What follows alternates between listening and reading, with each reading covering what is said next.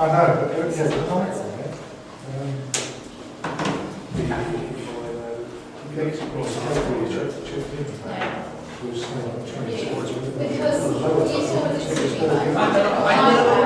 I want to discuss we even had the Premier Lamb.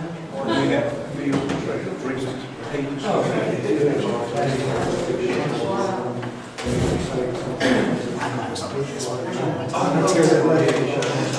Yes. They were both good.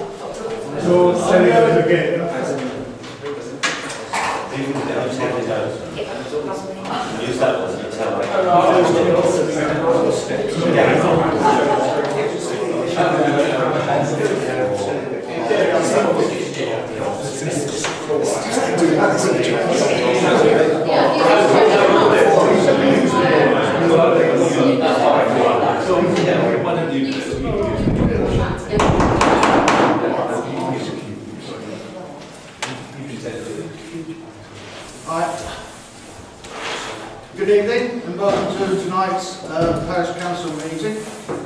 And if I can start off with apologies for absence, please. Jane, very Richards. Thank you very much. Right, the first 15 minutes is the public participation time. Is there anything the public wishes to say? If I have a chance. Sorry, we're late. Yeah, can I? Yeah, go for it. Yes. Okay. All right. I just wanted to bring to the council's attention, if you haven't already thought about it a little bit, that this November will be the 100th anniversary of the ending of the First World War. You know that in the village we marked the first day of the Somme, with the blowing of whistles along the High Street, and the Passchendaele, the opening of the Battle of Passchendaele on the 31st of July last year. We remembered Herbert Reed, who was the bell ringer at at St Mary's and who died on the first day of that. And I think for all of us, none of us here will live to see another anniversary of this moment, this magnitude. So I'd just like to think with the parish council, or ask you to think with me really, about how best we mark this as a village. I think there will be national and international events going on, but for us, Remembrance Sunday is already a fairly big thing. We often get 400 people at the War Memorial, there or thereabouts. This time I think there'll be more, because it will have generated interest in the wider village community. So how should we mark this? I've got a programme for St Mary's, which all the churches I hope will get involved in, of 3 events on the Thursday at Tabram, the Friday evening at St Mary's, which will be an illustrated talk by Sean Lang on the last month, the October-November events of 1918. The Saturday night, I'm trying to get all the schools involved, and they seem very interested, in a service of remembrance, which will have poems, readings, and the lighting of 44 candles, 1 candle for each of the people who did not come back, in the windows of St Mary's, and then we'll leave the church in silence and leave those candles burning for as long as they do until the morning. So that will involve, that's a service, but St Mary's is not a very big church. At most you can get 130 people in. On the Sunday morning, the 11th of the 11th, then we've got a scheme, obviously, that works: road closures, British Legion, Belbert with Bruce Waldron, myself at St Mary's. But it's then how I take that on, and whether you would like to do something on the Sunday evening. If you've seen anything nationally, there is a master of pageants who has laid out a time scale for the country, where bells will be rung at 7:05 in the evening. We're going to ring muffled bells from 11 o'clock for 45 minutes on the morning. I'm working with my bell ringing team to see if they will also ring in the evening, unmuffled, in a more celebratory way. The suggestion is that we might light a beacon on Huckridge Hill, and obviously invite people to come and witness that. I just wanted you to be aware of it and ask for any help that you could give me in the organising of events as we run up to it. So it was a little bit of sort of awareness and thinking, and an appeal for help, really.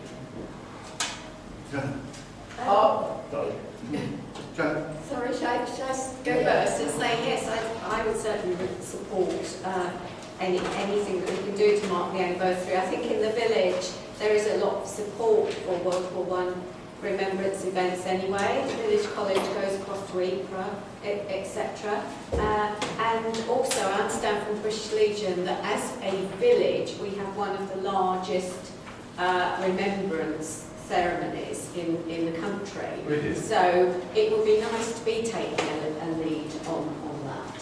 Okay. Thank you. Colin. I was laughed at the British Legion doing it, haven't I? With us, yes. Because I'm chaplain of the Legion. So Mark Chanel's and I have sat down and planned these events. All right, so the events you're doing are with the... Oh, yes. Yeah, I wouldn't dream of involving the Legion. No, absolutely. I mean, just as a preliminary comment, I'd like to support the idea of a beacon, because I recall this was done in 2005, the anniversary of VE Day. Okay. So it would be entirely appropriate and consistent with that to do one for 1918, 20. Yes. Yes. What was the significance of 7:05? Sorry, did I miss that? The timing. No, that's a bit of a mystery to me, to be honest. Because when the bells were rung on Armistice Day, when it was real, it was after the first 2 minutes silence, and they were rung to celebrate, and spontaneously rung all through the day. And I personally wish that the Master of Pageants had got in touch with us 3, 4, 5 months ago. 4 months out, it's getting a bit close. But anyway, he's done what he's done. We don't have to do that. It's just if we want to be part of the national picture, then that's the timing we've been given. And by thinking, are you thinking just a bonfire, or are you thinking of something more like we did at the millennium? Well, I wasn't here for the millennium, but what was, can you tell Well, me? they did those raised basket type Yeah. things. I suppose that was what was in my mind. Not in Sawston, but in the No, but I suppose that was more in my Like thoughts. a fire or something. Yeah, it was just. You've done something? Yeah, I just want to say, Alan, is it worth mentioning that you and I have been talking about the Sorry, Beth. musical side of it for Yes, we have. Saturday, and I will try and get the schools involved. I need to get in touch with the person who's going to be head of music from Oh. September. Sure. That's Thank right. you. We'll definitely try. Well, I know that Annika Gitmild is very keen to get involved, and I should be talking to the new head at Belgrade tomorrow. So I think the 2 junior schools will absolutely commit to it. And we'll have to bear in mind that there will be fairly young children, attention span and involvement, but we will. Fine. Yeah, I guess I haven't really thought of that, but if we were going to have an event in the evening and base it perhaps around fire or beacon at Haverford Hill, could we do outdoor music also, or is the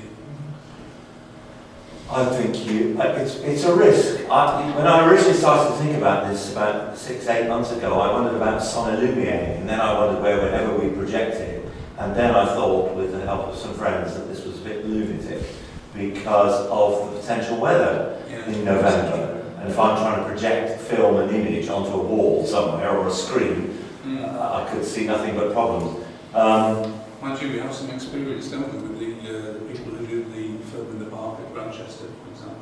Okay. They go with, when there's obvious expense involved with that. Yeah. It's worth thinking about. I mean, outdoors also has a lousy acoustic. It But I does. think we've definitely been talking about communal singing of the soldiers' songs from the time. I mean, we were thinking originally about that as part of a sort of concert structure, but that's definitely something that could be done outdoors. Yes. in schools. And I think something in German and English. Yes. I really do. I would want it to cover that. Could you say something, Colin? Good. No? Right, Okay, thank you for listening. obviously we're fully in support of that, and we will bring it to a full agenda, put an agenda item on the 24th of July regarding a beacon and what other things we can do to participate. But yeah, I think it's a fantastic occasion, we should celebrate it. Just say none of us are going to be around next time. We need to make a great event of it. I think we should. Excellent. Thank you very much. Thank you. Anybody else?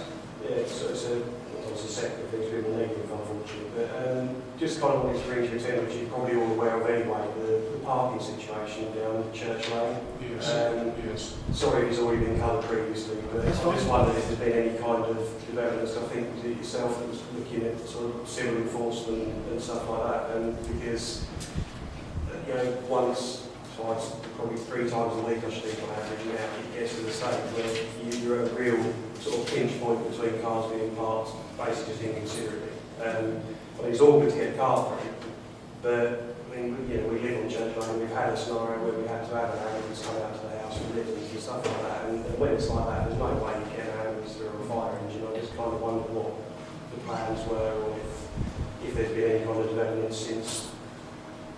Right.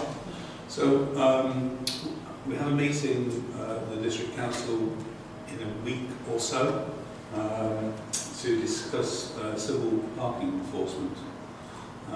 There are actually 2 options, because David and I and the clerks were at a local parish council committee, the association meeting, I'll get the words out. And there was an interesting alternative raised there, wasn't there, David? So the town of Glastonbury, which is only about 8,000 people, had similar problems, and went to the police and asked if they could contribute to hiring a policeman. And the Chief of Police said, no, you can't, but you can hire a PCSO. Now, in terms of the problems that we have here, and we share them very closely with Shelford, they've got very similar problems there. They're accentuated. We've got the problem with the Lane post office and so on. With similar problems there, where we've seen fire engines not being able to get by or only just. So the option that Glastonbury looked at, and indeed have now implemented, is to hire their own PCSO. And clearly, under those circumstances, they can dish out tickets, obviously, and it would be that quelling thing that would, allow them, for example, to stop or to ticket people causing obstruction, which is that situation that you described. Now, that costs £35,000 a year. It's going to be an interesting question, but perhaps if we shared it with Shelford, or wider villages, because I'm not sure that you'd need much action very often to be a significant quelling effect. If you had a local PCSO, maybe shared between 4 or 5 of the local parishes, that might be enough. And the other thing was the civil parking enforcement, but the district would want to consider that on a district-wide level, and that would then pass the enforcement of parking offences away from the police and put it in the jurisdiction of a private company or a private company working for the council, and then they would be able to fund that from issuing car parking fines, but also for charging for parking in and around the villages. By comparison, how much would say you've got for maybe in addition putting W lines down one side of the road? Because it's really only when you get on both sides. I mean, is that? I mean, my view is, unfortunately, they've repainted the ones in Shelford, and I think that repainting probably is wasting money because people will still be So it's the enforcement opposed to the putting people on. There's so few chances of you getting a ticket parking on the other lines. I'm afraid people will just continue ignoring. And having lines painted is more expensive than you think, because they have to do a whole highways analysis before they're actually changed. Well, that's kind of why I asked the question, because obviously 35,000 is quite a lot, and if it was then I would say if it has no benefit, then... Janet?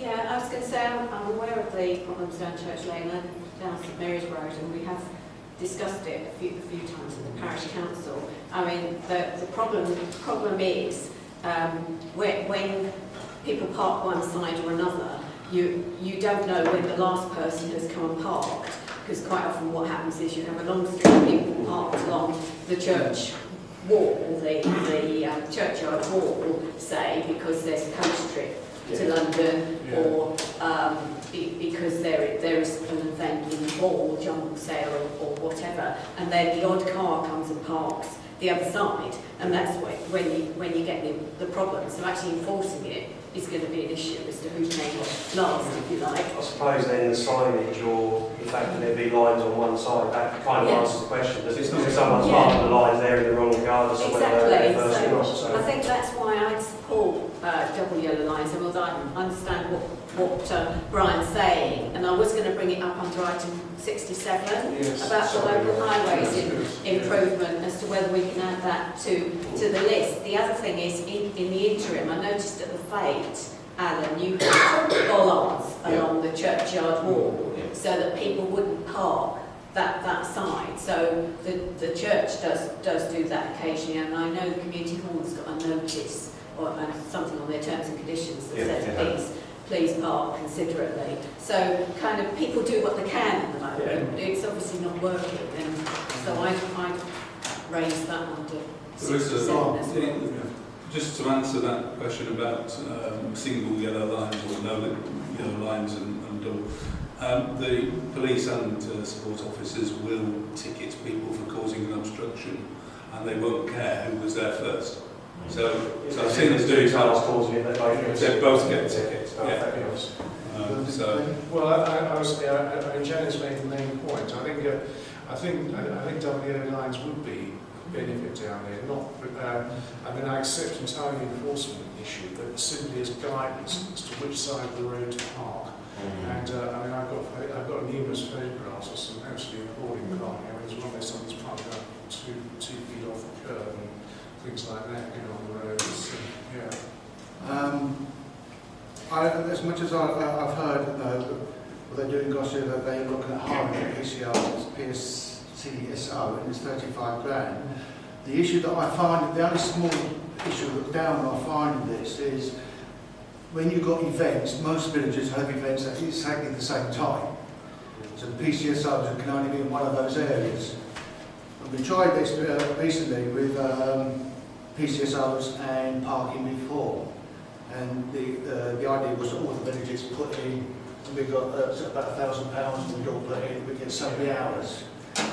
Didn't really take off, to be honest. So one of the things we'd have to look at carefully is the PCSO. Who would he be accountable to? Would he be accountable to the parishes, to the police, or would there be some agreement between the police and the parishes? You know, so it's basically who pays their salary. yeah, basically. So we'd have to look at. Now, by all means, we'll look into it. We're looking to see what people can do. And I'm sure, I'm certain, certainly Shelford, Stakeford, and that area would certainly come on board, because they're just about sick to the back teeth of the parking going on and the issues they've got. So yeah, thank you very much for that, and we will look into it. Thank you, yes. Thank you. Okay. I mean, I think just a bit of financial dimension on it, and how wide we'd have to spread this. There's a Sawston, £1 on the precept adds just over 2,500 even. So if that was the Ward 4 on Sawston, we're talking about a £70 increase on the council tax. Yeah, that's another thing we'd have to look into. You do like this as sole ownership of PCSO.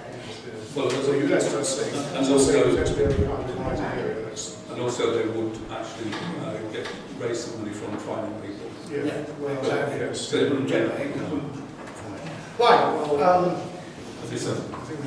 Anything else from the public? No. No. Moving on. Declarations of interest. I have one for the tree work that's on the agenda on the second side, as it's on JFC and on Trustees case. Thank you. Anything else? No? Right. Move on to confirming the minutes of the 12th.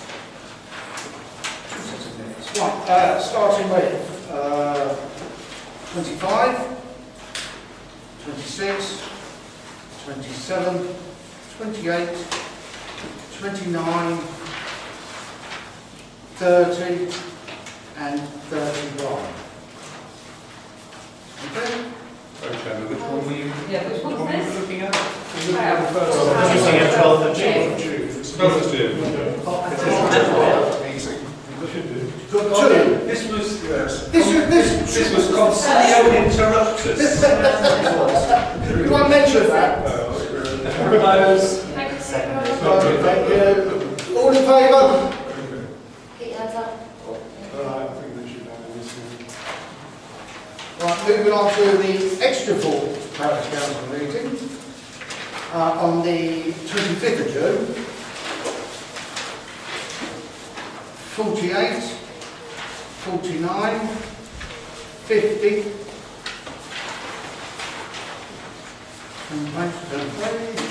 51, 52, 53, 54, 55, and 56. Can I have a proposer? So proposed. Seconder? Yeah. All those in favour?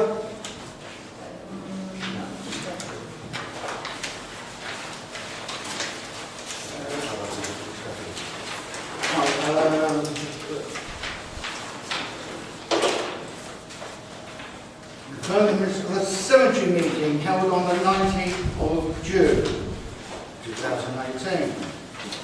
Right, page 1.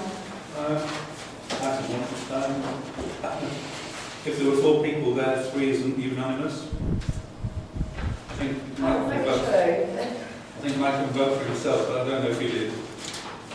Thank you for that. It's all right. Yeah, okay. What's this meeting actually called then? Yes, it was just. For a third. Right, number 2, Business number statement. 3, 4, 5, 6, 7. So there's a plan to organise something at the cemetery, but we didn't mention that to Alan. I think that's No, we're gonna discuss the that. usual one for the war parade. The war parade, It's every year. That's Ah, right. okay. And it won't be able to be on the 11th because the 11th is Sunday and that will be the big parade and so on. Because it's just the usual one. And then 8, there's a recommended full council proposed by Kieran and seconded by David to get a sign for the cemetery if available. The answer is yes.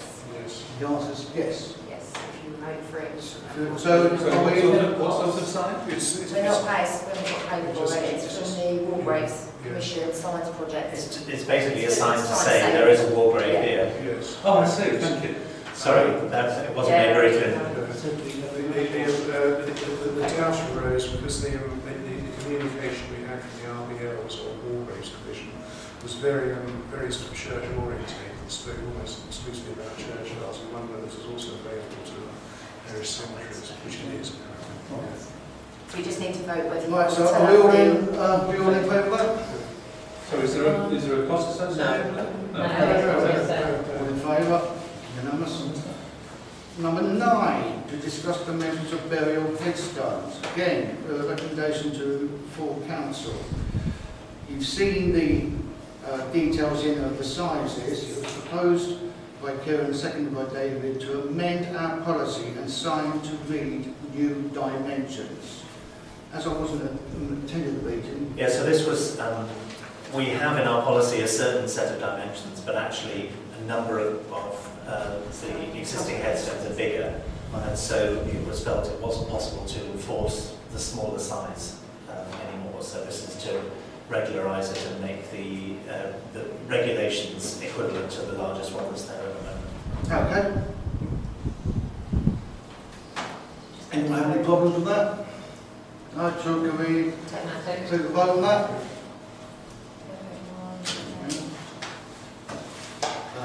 10, 11, 12. No, hold on. 11 actually should be, were we making a presentation, a recommendation or not? It was just suggested, wasn't it, that we look better in church court, that was a bit. Well, sorry, It needs to be, I don't know.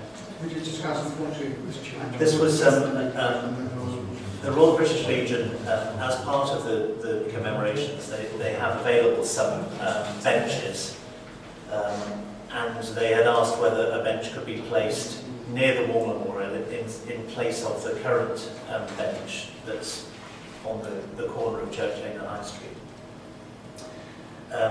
So the Cemetery Committee discussed this and felt that it wasn't possible, partly because whilst the Legion were offering to kind of remove the old bench and fit the new one themselves, we didn't feel that that was a strong enough, a good enough proposal for doing that. And that The also, existing bench is a very solid one, isn't it? It's one of those Concrete. solid ones of concrete. Exactly. That's the services when it all underneath. Yes. You've got the electricity. Yeah, there's a lot of you've got electricity and phone, WhatsApp. telephone.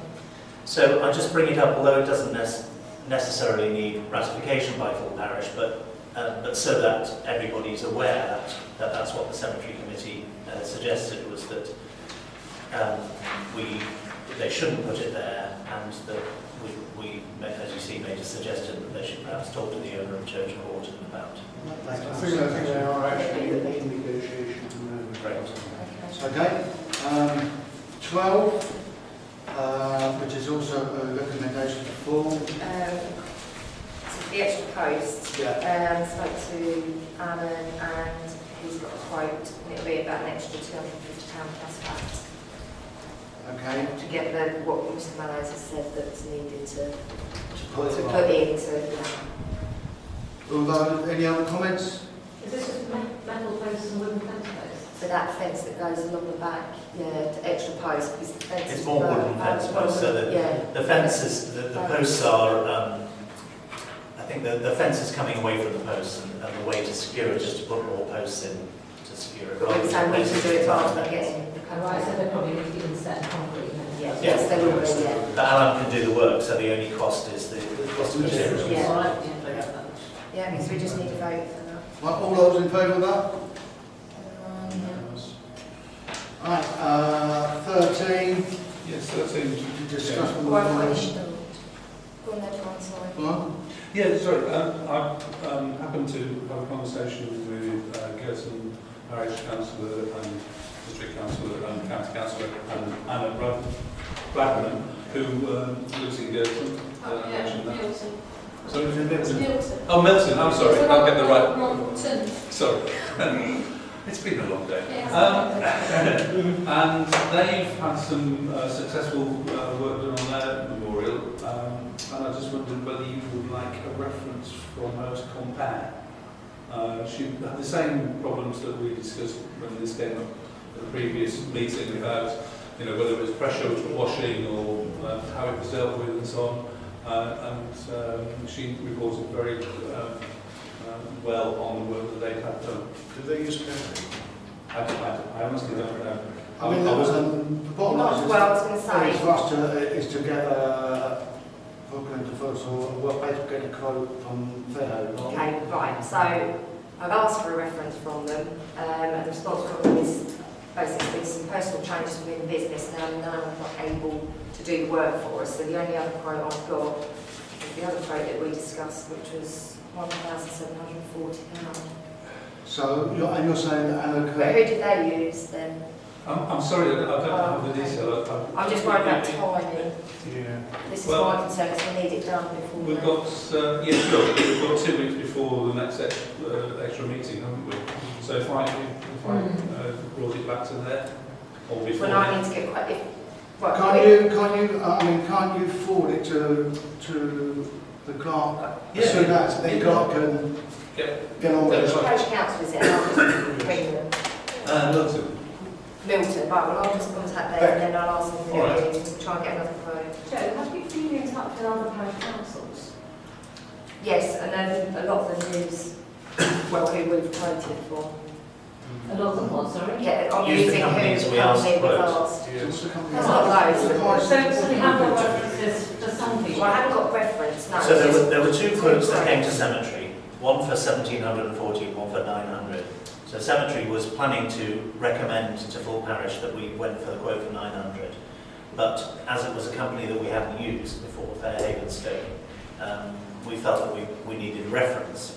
So is it not a company that any other parish council has used as far as we know? No, I think they had, because otherwise we wouldn't have heard of it. Well, can't we ask that parish council for a reference then? Well, no, but Fairhaven are now declining to do the work because they've changed their... They can't do it anymore. Yeah. No, right, I see, okay. So we're in the position where the only quote we have on the table is for £1,700.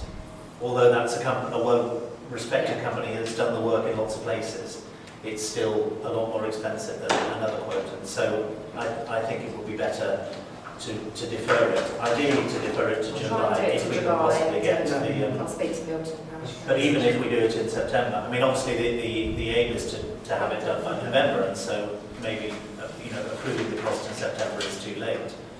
But That's my concern, but I've only got to find out who they're using, and then I'll... well, and then if we can't get a quote, then At least the we've got council an can make a quote, decision yeah. at the other meeting as to whether they go ahead with the other company. On with that. Okay, all those agree with that? Get to be deferred to get... Yes. But I think it is important to get a decision before summer. Yeah, because that's it's fine. It's like having a boiler. Well, because even if we go ahead with this other company, then they will have lots of That's what other I'm work to do. saying. Right, item 14. Obviously to discuss trees and bushes, and Councillor Mike Mello said we are still waiting for the 2 holly trees. from Scottsdale's assistant clerk said they would chase them. It was also then proposed, they were to get quotes for 3 yew trees and 3 holly trees with berries. So this is to replace 2 of the large trees that So these are on the site down there, Yes. up on the That's line. all to add. Are those ones that we've already discussed removing at the cemetery? At the cemetery committee, yes. So the idea is to replace them with 6 new trees. Did you get it? For free there? No, because they won't be done till they're not done yet anyway. No. So, So if you want us to, if you agree that we'll do that, then we'll get quotes and then I'll take it to. so all those in favour of agreeing with that? Yeah. Right. 15, 16, 12, 15. No, that must be 17 and 18. Yeah, 17, 18. Sorry, I'm 15. Should we just note for future reference, there have been no comments whatsoever on social media about the fact that Coltonhill Cemetery is now looking wonderful. Of course. That's surprising. I think that's why I wanted to minute it. Can I have a proposer? So please? proposed. Second. All those in favour?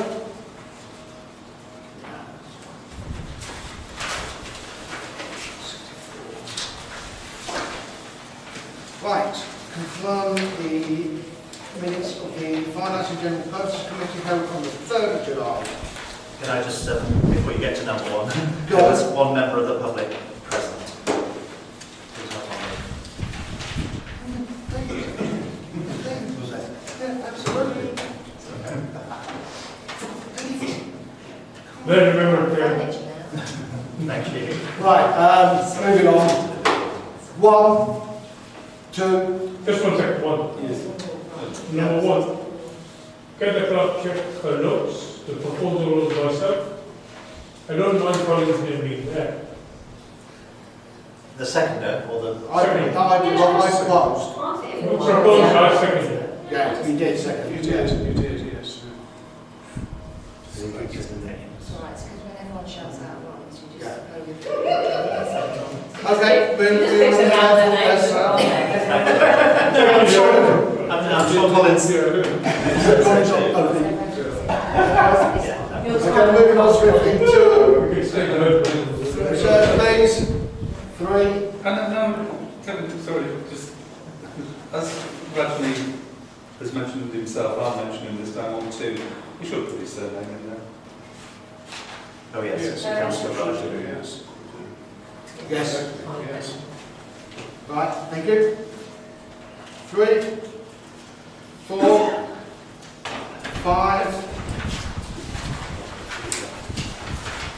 6,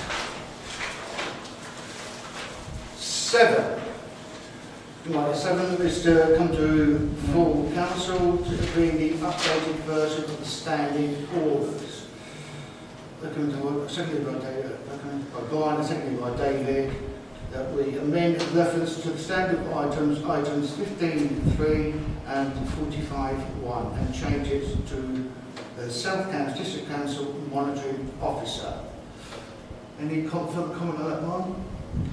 No, this is basically the standards board doesn't exist anymore, and we referenced it as an old reference from previous standing orders, so we need to put a complaints procedure in that actually has somebody to turn to rather than a non-existent body. Simple as that. And SCDC monitoring officer performs that function for any other local councils. Okay. Right. All those in favour of that? Yeah.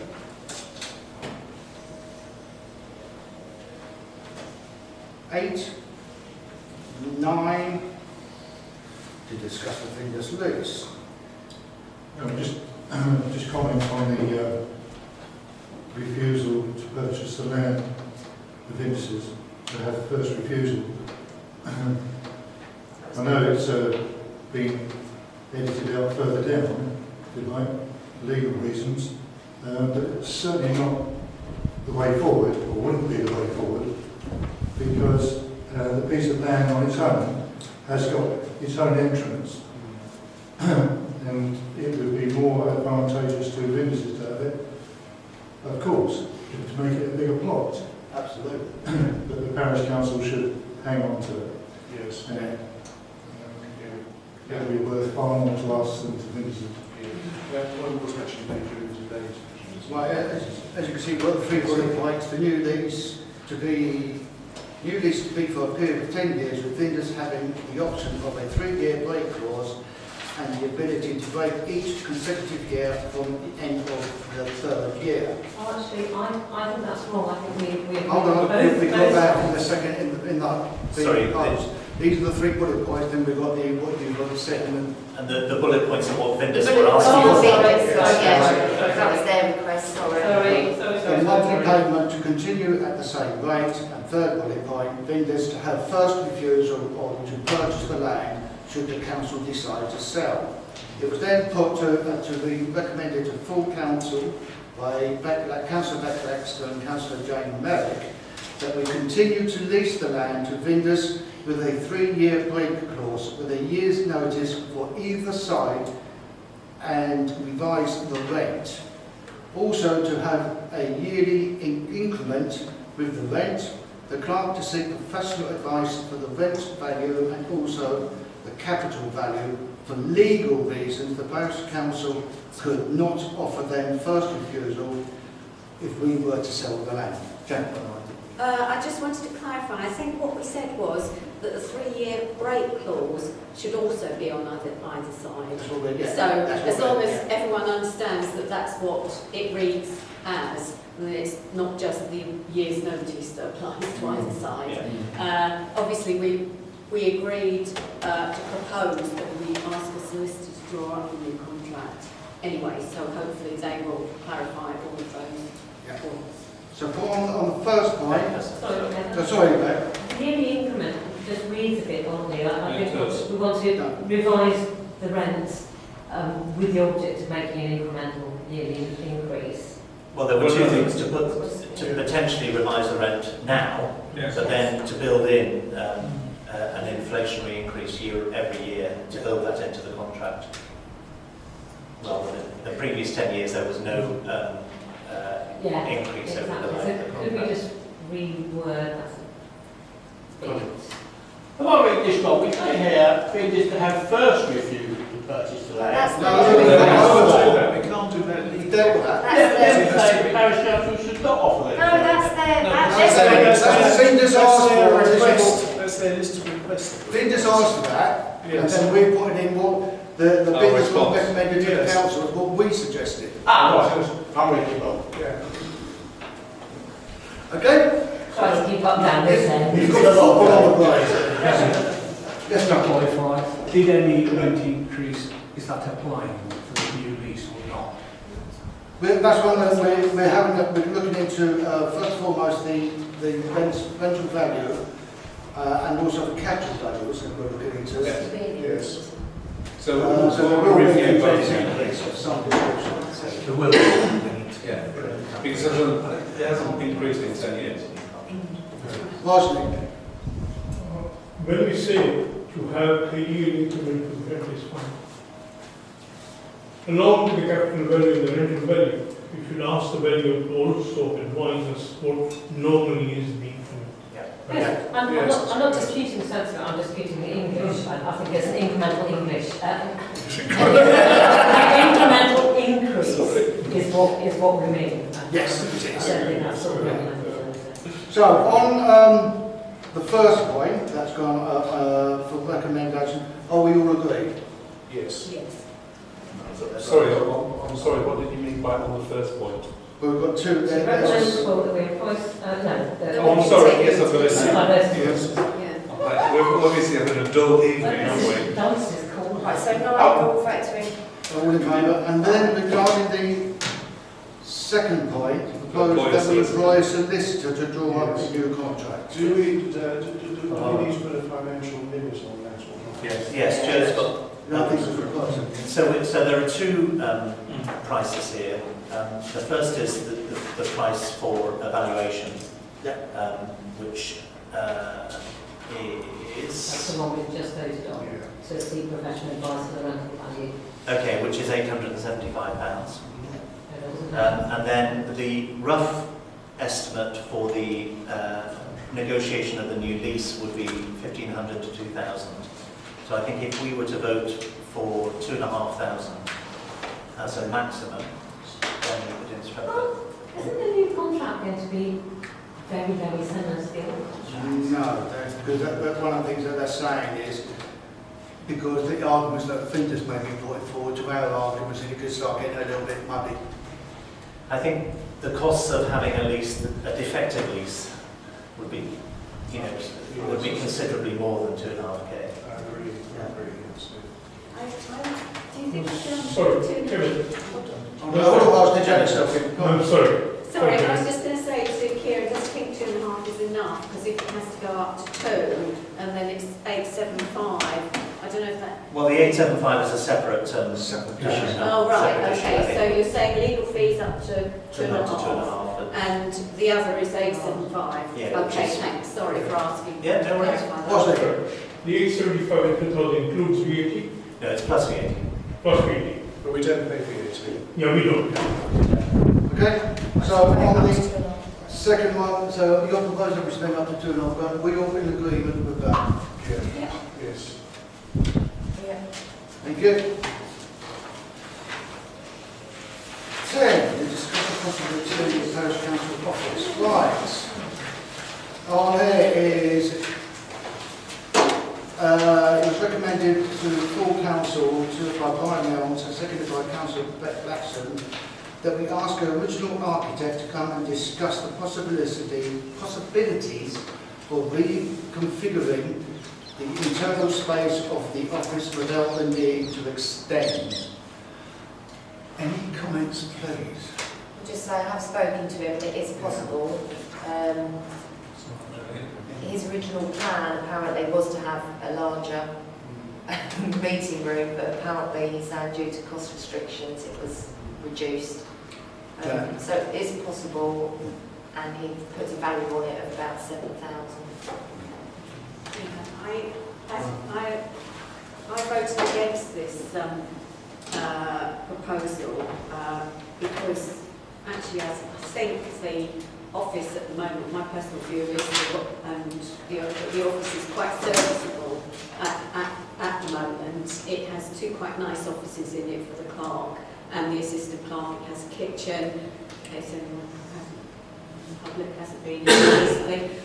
The meeting room is restricted in size, and it was difficult when we had large numbers of members of the public in, particularly on planning applications, but we've obviously resolved that by moving here.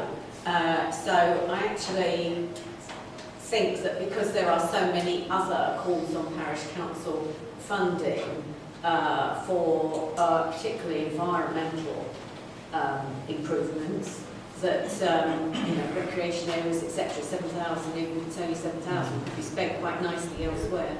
So that is my view on it. Thank you. I don't know what figure was a fairly rough guess, but I think my feeling is that the parish council office should be suitable to have parish council meetings in it, honestly, if it isn't. The whole idea of the redesign was to leave the clerk's offices intact and to actually shift the kitchen somewhere else, because we now have an empty room where the Village History Society used to be. So the criterion for the redesign would be that it didn't adversely affect any of the existing spaces. The idea is to move into the lobby area, which is a large space that we don't really currently need. David? Yes, I don't think it's quite correct that the former village history space is entirely redundant, because if we've been into the office recently, we've noticed that there's quite an extensive storage going on in there at the moment, and whether the clerk would like to... I was going to say, we always lacked on storage anyway, didn't we? Because the tables, yes. we had the extra Yes, tables we did, and stuff, yes, so we do need storage. Yes, I take Janet's point about that moving the full parish meetings up here obviously means there's more space, but it does mean that there's extra work for the clerks to bring up the signs and set up the room each time. So it does have an effect on the clerk's workload. Rob? You mentioned that the Historical Society room's now got rid of archives. Yeah, Would it be possible to it's digitise that content? Because there are various companies that would do that, and that would free up space. Because I think, as has already been mentioned, it seems quite daft to have a parish council office that we are not actually conducting parish council business in. In addition to that, it means that we are taking up this room when we could be renting it out to somebody. So, those are my thoughts.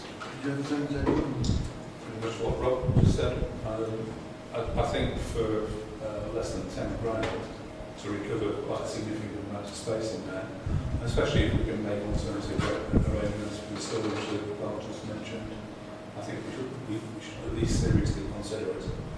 I think we could get quotations. I think, this is just a bit of a finger in the air figure from the architect. But I think, the solution that he's proposing is a fairly obvious one, because it's basically the same solution that we came up with when we were poking around the office, looking at which were supporting walls and which weren't.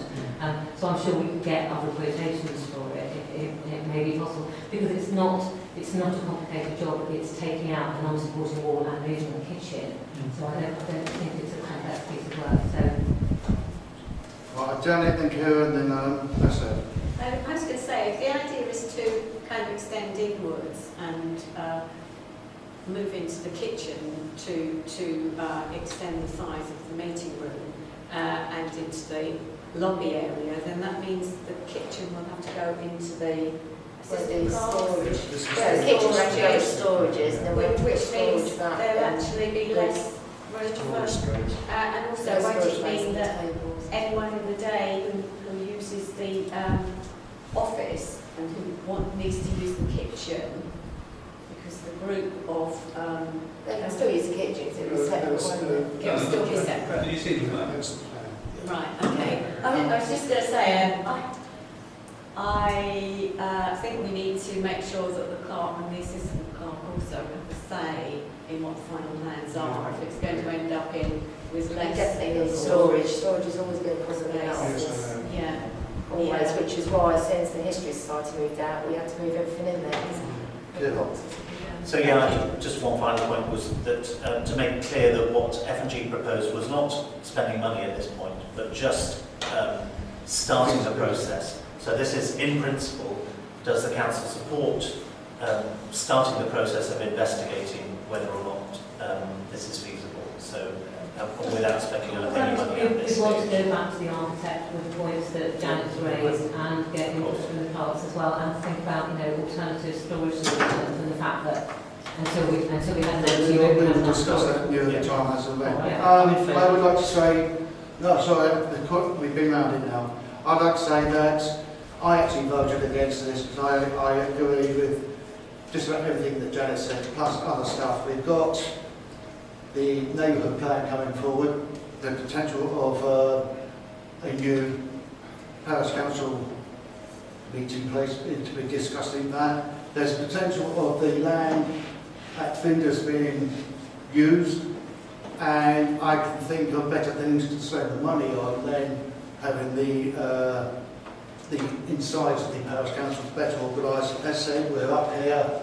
It is a little bit extra work for the clerk, but it's not a major inconvenience. It's easier for the public to get here. I don't think if you made any of the alterations down there, you still would have trouble getting the public in there.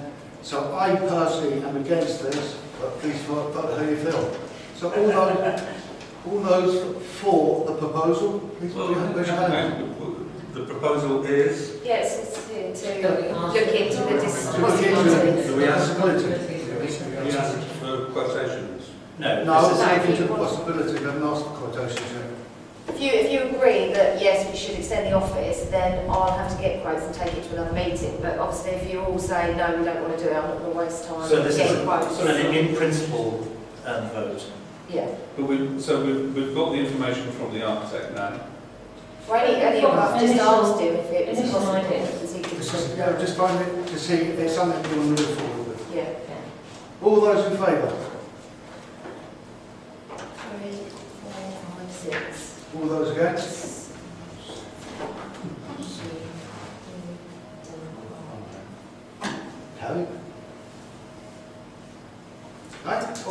I'll do that, and then I need to get quotes, and then take it to another place. Okay. Item 11. Discuss the Parish Council website. So you'll remember that the Parish Council convened a working group to talk about putting a brief together to update the website. The working group met, we then had a brief that went to F&GP, which we discussed, and so the updated version is in your meeting pack today. And so this is, if it gets approved, then we'll put it out to a list of companies that I've suggested some on the back of this. More can be added to that list. And then the working group would go through and do the shortlisting and interviewing then to make a proposal to full parish to accept a proposal from somebody to do this work. Okay. All those in favour? Thank you. Thank you. And 12. Right, can I have a proposal for us, please? The seconder? Beck? David. All those in favour?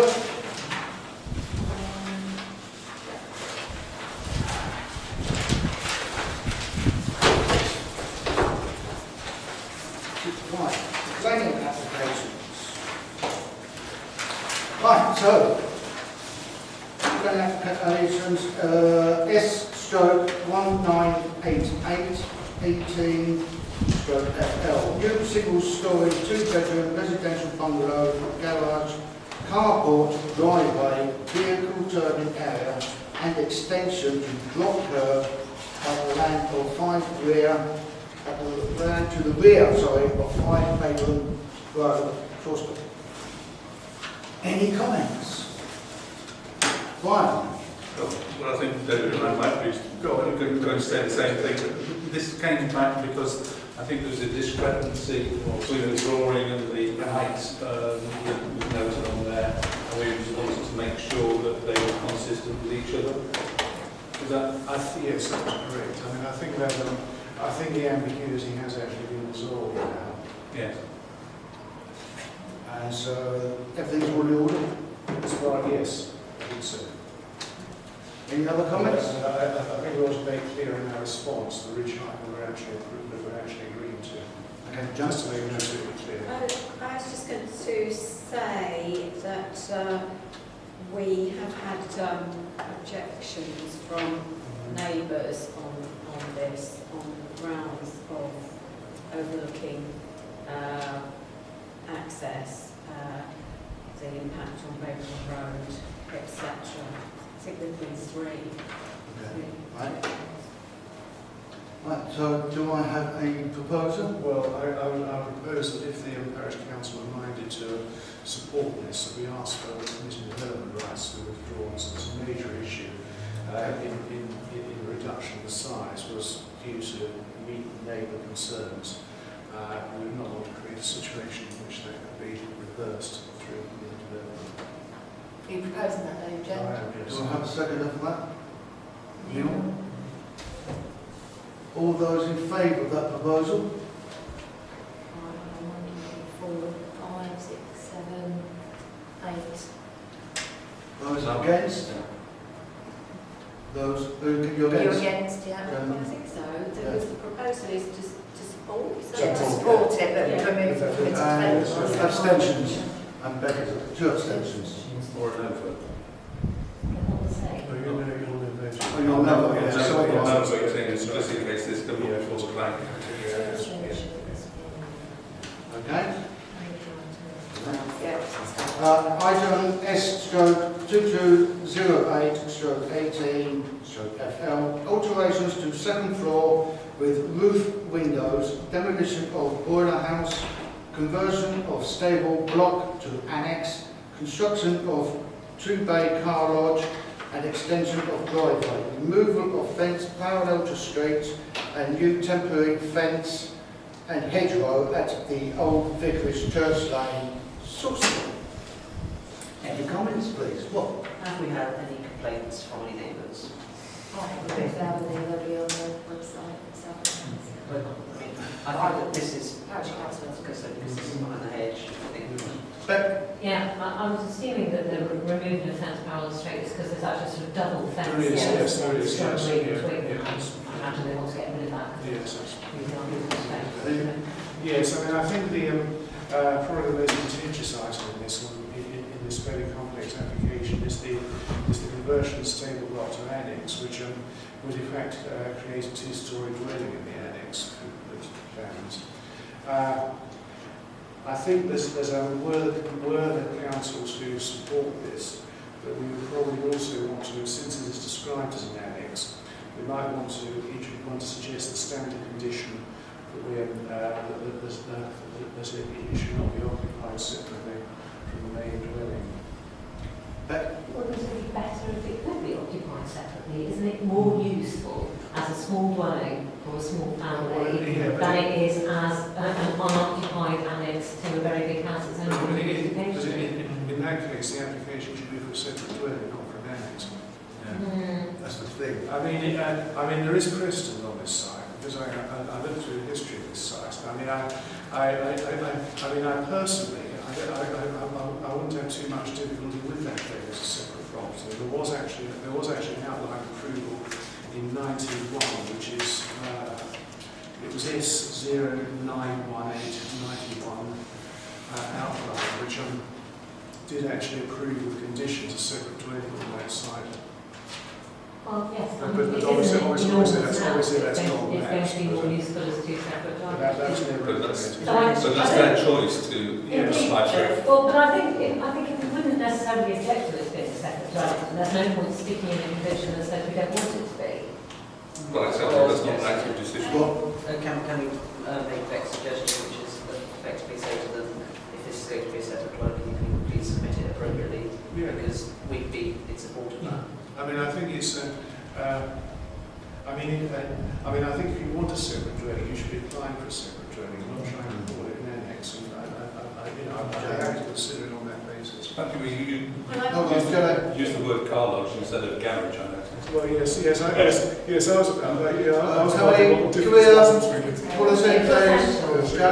Yeah, I mean, just for the purposes of clarity, we're talking about what is something that at the moment is a stable block. It's not a dwelling. I mean, the house is the dwelling, isn't it? So, yes, it is. and you're right, it is a big house, but it's the stable block we're talking about, and it oughtn't to be confused between the two. Yeah. I also had an issue. I was trying to find out where it is in the application. It says somewhere in here about is the site viewable from Church Lane, and the answer was no. In fact, it is viewable. You can see. Yeah, absolutely. Yeah, so I'm not sure whether that is relevant So, or not, but your original proposal, David, was my original proposal was to suggest that if this is actually being proposed as an annex, that it should be linked with the main building. If they wish to apply for it as a separate dwelling, then we can consider that separately. yes. Second What? Were you actually proposing to support it, David, or just? On those grounds. I was supporting that. Yeah. I think the issue of the roof windows is fairly trivial. I mean, they look like head-ups lights on the side of it. Yes, they will be visible. I think if we want to make that condition, we should not support it, because we're basically asking them to apply to make a different application of it. It doesn't make any sense to support it. All right, well, that worded, but we will support the event of. Yeah. So I'm Right, hold on, Mike. So you're I propose that we do not support, but say that we'd rather have the annex. Yeah, okay, if you want to. So you're happy with that, David? Yeah, Yeah, so do not support.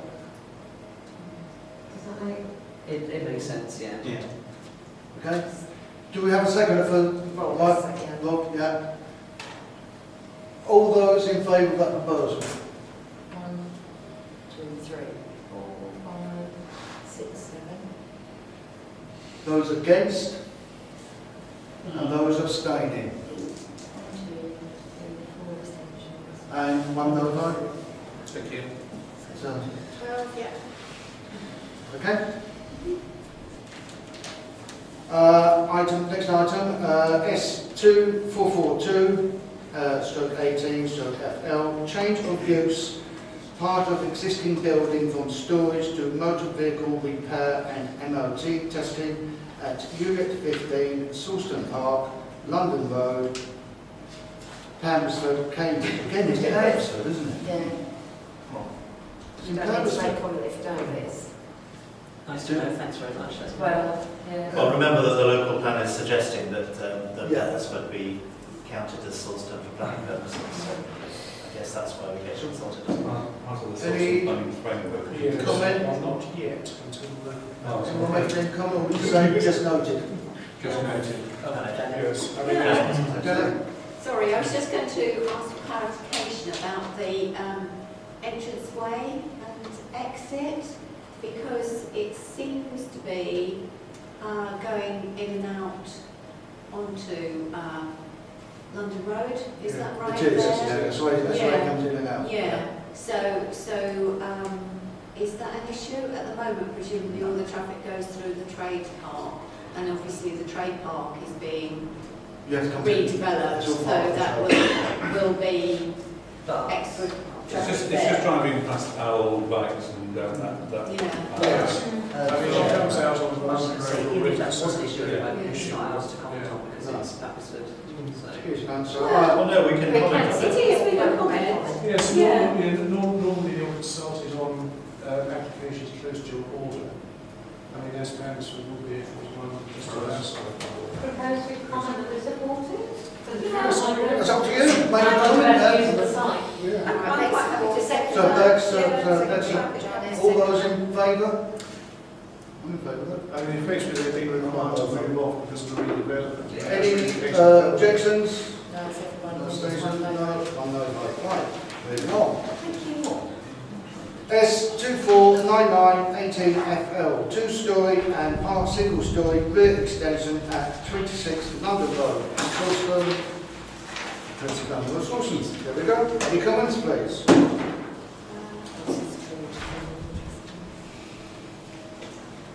Janet? I was going to say that this did come to the Planning and Environment Committee before and was supported then.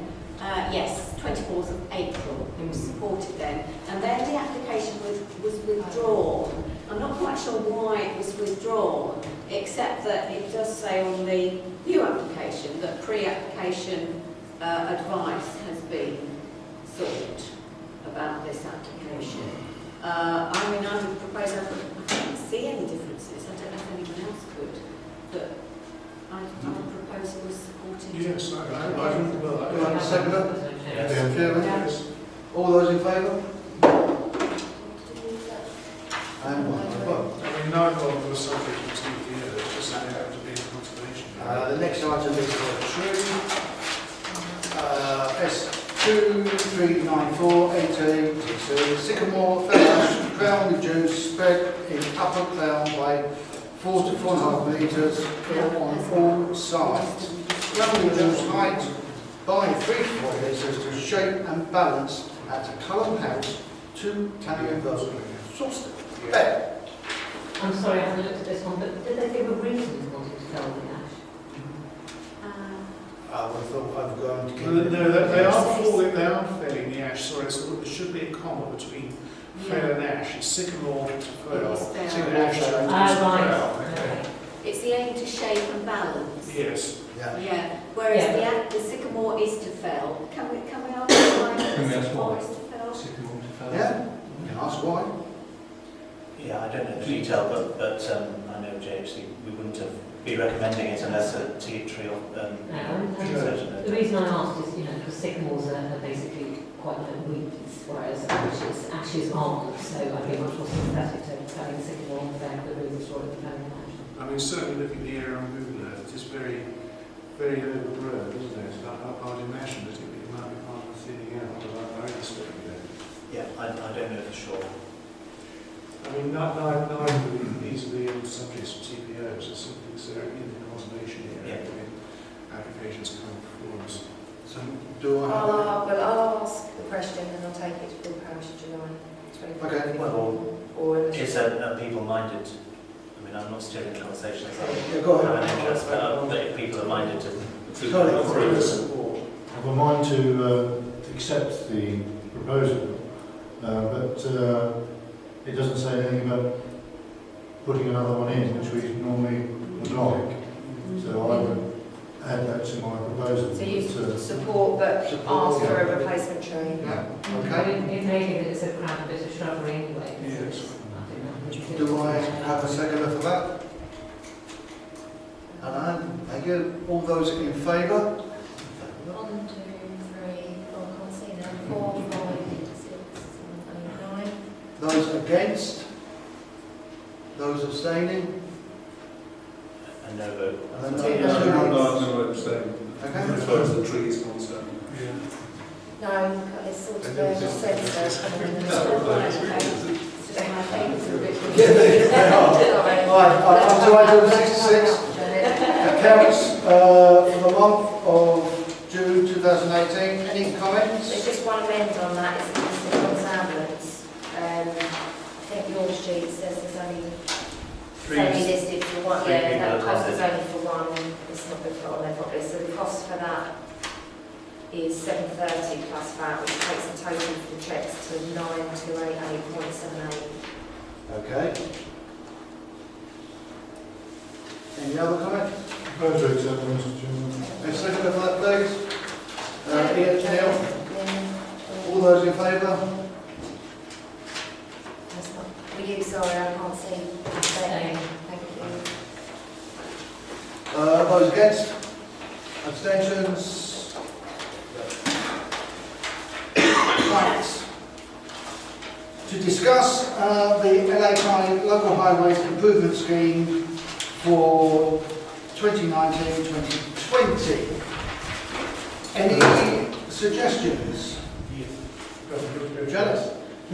Oh, shall I go first? Yeah, okay. Yeah, one was Church Lane, double yellow lining, as discussed earlier. Second will be the footpath on Church Lane. You know the bit where it's white lined. Is it possible that that could be widened at all? Because I have noticed that where you get two cars coming down Church Lane at the same time, pedestrians kind of flatten themselves against the wall. You mean by the church? Yeah, you know where the pavement, the actual raised pavement stops, and you've got just a white line. I don't know the history of that. Well, that was why it was done, because it was impossible to get a perpendicular and allow passage for two cars. So I'm told, I mean, it's all my time. But there ought to be some kind of, I don't know, it's not very safe. I think things have changed, you know, we've now got mobility buggies down there, wheelchairs, as well as families. You'd have to have a traffic calming sort of thing, Well, that's single lane. Yes, yes, that was what I was going to propose. And the reason I suggest that is because partly because the church hall up there, which has, I think several toddler groups meet in there, and there's a clear hazard of young children coming up between cars completely invisibly, and cars do go up there quite fast. There's a similar issue outside the church as well, with small children coming out of services as well. And I think there is a case for traffic calming there. I also think there's a wider case which has come up to this parish council before, trying to get a 20-mile-an-hour limit on all the estate roads in Sawston. Yeah, well, we need the data information before we pursue that one. So that's sorry. Sorry, I wanted to finish. I finished it. Okay. Somebody mentioned before that the reason that there isn't a footpath in that part of Church Lane is because it's a lane and it was thought it would make it more dangerous. And certainly when I was looking at the top of it, there's an awful lot of clutter. There's sort of blank lampposts that don't have signs on. There's a lot of different signs. It would be nice if we could come up with a solution that would make it less cluttered rather than more, because it's a. And I know there are some radical solutions that have been tried out in Europe where you actually take away all the street furniture, and so people actually have to concentrate on where they're going. I suspect we're not ready for anything quite so radical and sort of stuff, but it would be good to have a sort of general rethink and clear up. And assess different solutions if there are some that are actually visually more attractive than others. Because it is actually, you know, it's a lovely road, it's the most historical part of Sawston because the church is the oldest building. The trees there are spectacular. It would be a shame to end up with a load of cones and things that detract from that. Janet? Well, I was just going to say, I assume that if we put these suggestions forward, they are ideas at the moment, and highways will investigate them and advise. Well, you've got to put the case forward though, that you can't just say we want 21 out, you've got to put the information forward, you'll have to do a case study forward. Yeah, and I'm we've just got to saying do whatever all of that on by 31st of July, so whoever puts forward a reason, you'll have to fill in the form. 31st of July. Okay, well, I'd still support something. I mean, I agree with Beck in a way, and I know we have talked before about whether it's possible to improve the look, particularly at the end of Church Lane. It's obviously not going to be done for the Remembrance Service this year, but it does, the way it's designed at the moment, doesn't really balance. You've got a tiny cross in the middle. But I would reiterate again that at the moment it's quite dangerous.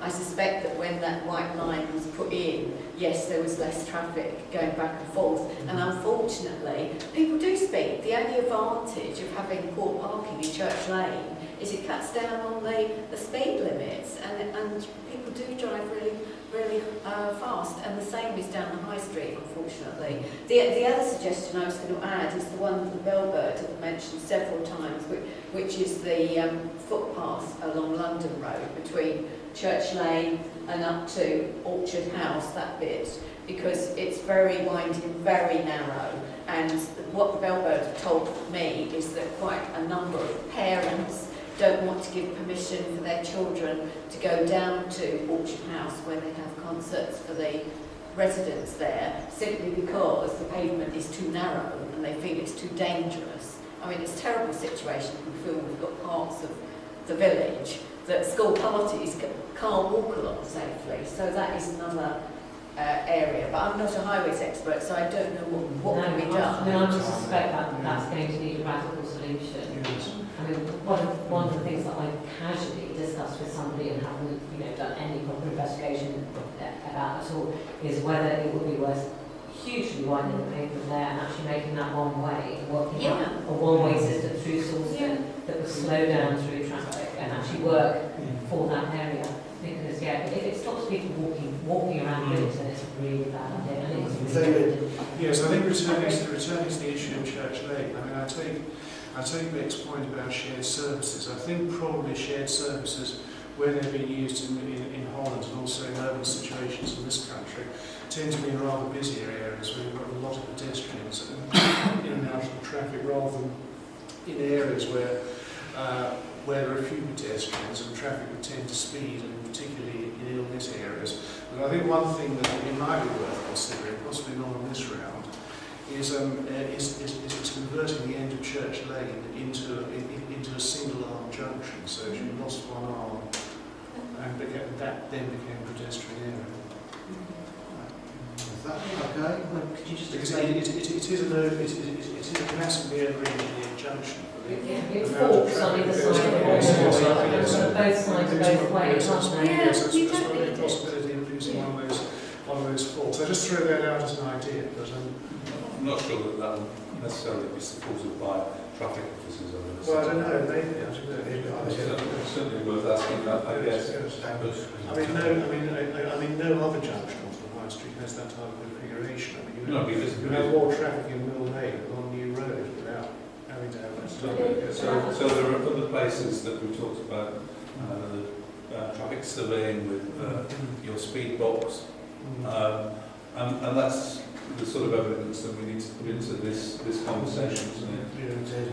We need the traffic data before we go with these, this reducing the speed thing. Absolutely. So and the other thing is there are places in the village that have got terrible road surfaces, and the Bogs is a place that David and I and the clerk visited over 2 years ago now with the council officer who promised that he'd get some action and get it resurfaced. But that, unfortunately, doesn't come under the local highways improvement scheme. So I agree it's an issue, and I agree it needs to be dealt with. I'm not sure this can be dealt with by this review. So, I think so. Yeah. Is the issue here that... It's a new scheme. Sorry. Is the issue here that what we need to propose for this scheme is solutions, and what we have are problems that we don't know enough about traffic to know? Yeah, we need to put something forward. Like we put forward the zebra crossings. Yeah. Obviously, we have to contribute to it as well, but we need to put a case forward for.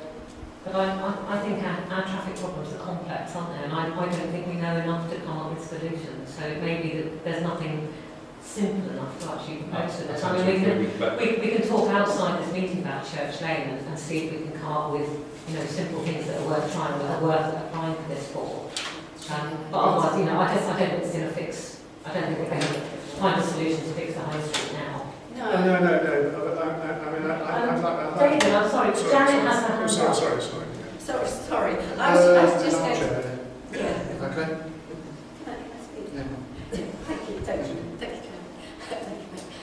I was just going to say that of the suggestions that have been put forward so far, are there any of them we can put forward and put a case for? I mean, the one I was thinking of is to double the yellow line along Church Lane, because it does seem that we don't actually need speeding data, traffic data for that. So and traffic calming, could we do that yes, as well? yes, I was saying that, could make Yeah, I mean, could I put a case forward? So when I spoke to the traffic officer when we were considering this whole issue down the middle lane of the yellow lines, he said the process is very complicated. You have to do an assessment, and that's relatively long-winded and quite expensive for what you get out of it. It's not that we shouldn't do it, it's just that there is a quite... I think they have to watch the residents and that as well, don't they? There's a whole, yeah. It's a much more complicated process than you might possibly imagine, because we basically said, oh, if we were going to do that, we might as well not bother because of the positive impact compared with that was just wasn't worthwhile. So it's inconvenient to South Cambs? Is that the issue? No, it's inconvenient to the county. Well, I don't think that's a reason. I mean, we've had a resident who feels strongly enough about it to come and turn up to the meeting, and I know lots of people. And we had an issue with a fire engine couldn't get down through Church Lane recently. Issue with the rubbish lorry. Issue with 2 or 3 rubbish Mondays lorries. ago. It got in but couldn't get out. Sorry, but I don't think that inconvenience to the county is Sorry, I wasn't saying a it was reason inconvenient. to not. I was explaining it was a longer process than you might imagine. Yeah. It's not a simple Sorry, it's immaterial whether the argument is long or not. We're asking, or they're asking, for proposals of areas which might want seeing to. And this is one proposal. It doesn't matter how long it takes. It does to us. Well, it does in that we've got 21 days to get an application in. Yeah, but what you're saying is you're trying to put everybody off by saying, oh, it doesn't matter because no point in putting it in because it's going to take too long to get it done. That's not what I said, Tony. I think it is. No, I explained that it was more complicated than just asking for double yellow lines. Yeah, but that's immaterial, isn't it? We're asking just for proposals of what we suggest. Yeah, so basically what is you ask for proposals. What will happen is the county will come out, they will assess the proposal. Yeah. If they don't think if it's not viable, thank you very much, the project will be dropped. And we'll And if it is viable, they'll get a cost and then they'll tell us I propose that Janet and I complete the application form to suggest some double yellow lines in Church Lane, as that's agreed to be a problem, and we can find a partial solution, even if it isn't a brilliant solution, the best solution, a long-term solution. But let's try and get something done because there are immediate concerns. I have got some other proposals here. One is a parking fence outside the post office to help stop the parking on the bend there. We've got a fence there. Basically, it will stop people from parking there, quickly nipping into the post office. It also, we'd have to make sure that there's still access to the disabled people to cross the road there as well. So there's a possibility that we could do for that one. But then I don't know if that then, because I thought if you put a fence there, they'd have to then walk a long way, so they wouldn't park there, but then is that going to push the cars further down? I just said that if there was an issue with any of the crossings or anything, if people are familiar with the co-op down towards Sainsbury's in Cambridge, they shut a load of bollards along there, sort of a fence, so people can still cross wherever. Yeah, but that's the point, people still park and then get out their car and But go as long as, through the as long as the bollards. bollards, they're wide enough for people to go through, so people can pass on foot, they don't have to all go down there, but it's narrow enough so that if someone tries to open the door, they still... Yeah, but they'll park along where they do now and they'll get out this side and then just walk around and walk through the bollards. I thought if you had a fence, they've got to walk up down, but then it might just push the cars further up, I don't know. It's just an idea. May I comment? I was going to say, do people actually park on that all the time? Or do we actually put a bench there? But no, I didn't. I was thinking putting a fence along the footpath so that when they park along, they can't just get out of the car and run around the front of the car to get in because there's a fence.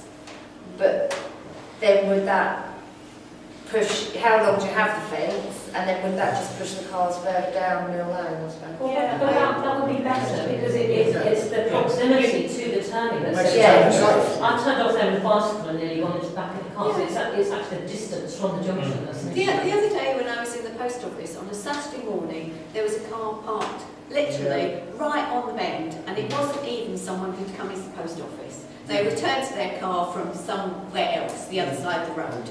So that is how people treat it at the moment, and you know, we do need something along there to stop accidents and also to enforce the fact that there are double yellow lines there. Right. People don't Okay, moving on, there was one that we had earlier this year of the Prince William Shingo Lane where these signs were taken down. We can ask them to replace those signs that we asked for, which I think would be a good idea. Shouldn't those be replaced anyway? We had this conversation. We had this conversation, they said we'd have to pay for them. A zebra crossing in Mill Lane is another suggestion that's been put forward. And the footpath towards Brittlesford being upgraded, I think that should be upgraded into a cycleway. There's another one there. Okay, they all sound good. Thank So, Are we allowed to make more than one? Long you put the application in, yes. Could I make a suggestion? If we was to go to the improvements at the end of Mill Lane, that you made the pedestrian crossing and the fence part of the same project, because presumably the fence would then guide pedestrians onto the pedestrian crossing. Yes.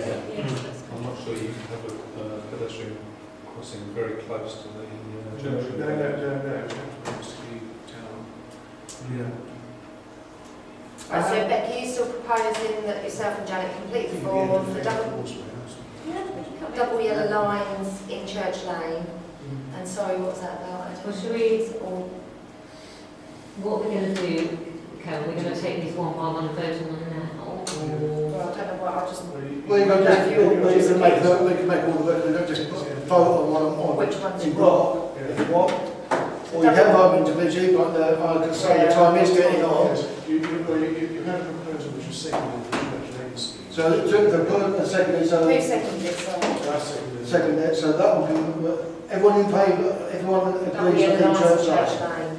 Yeah. Regarding the other ones, should we take those on block? Well, we can't basically... Is there any limit on the number that we can put forward? No. Well, the other option is that Beck and I drafted. Is there time to bring it to the next full parish? It's got to be in by Tuesday, It's got to be in. 1st of July. So Yeah, so it's very, very tight. It's time. Yeah, because we could. You see, what... I can't leave. You need to put in the deadline is the 31st. Following that, you'll be contacted by the officer to develop your feasibility study. They will work for you to ensure your project scope and budget are accurate and achievable, and then your study will be presented to the LHI members, and then it goes from there. So Other parishes have got more than one in, and they normally end up with one. You know, whichever is most feasible. Yeah. So if you want to quickly go through the others, which were, Joe? footpath on Church Lane, widening footpath on Church Lane, where Janet was saying about That's what the you're opposite doing. church at That's- the end. Yeah. 20 mile an hour speed limit on all the That's estate the roads one, tonight. Look at the pavement footpath between Church Lane up to Orchard Park, which is very narrow. That's another highway Right. because big issue. Then Then the the ones I've just read out. Oh, and then parking fence outside the post office. All those in favour of the parking fence outside the post office? And pedestrian crossing linked to that. Oh, Yes. Oh, hold on. I'm not looking, Just- you can, and pedestrian. So let's wait till you finish. Right, 4. Right, all those Four. in favour of that? Is that unanimous? No, you voted, Bob? I'm not voting. 10. David, move forward, right, so one no vote. Got the second one? The Shingo Lane, it's Williams up Signs, we said signs, last which we said anyway. we last. So we're doing that one, yeah. Seven crossing in there, We Lane. just talked about including that in that same. Yeah, so that's covered. Parking fence and pedestrian, as in, Yeah. yeah. Would it be better to separate them? Because a crossing is really expensive, whereas the fence will be fairly simple and that will solve the parking problem. But they might do the feasibility So study and then they- come up and with the recommend price, they we can go put that in the application.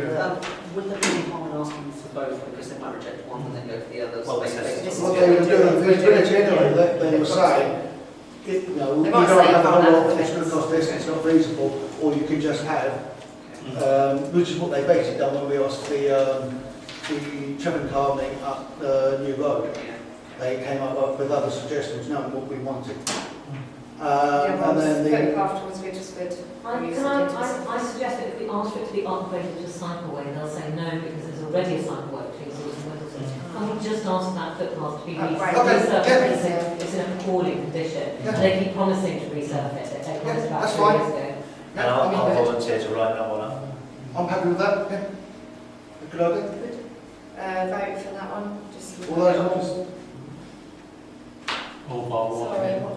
Oh, yeah. Well, I didn't get a chance to mention it in the report. The Greenways project. Yeah, but that's Shelford, that's Shelford Sawston.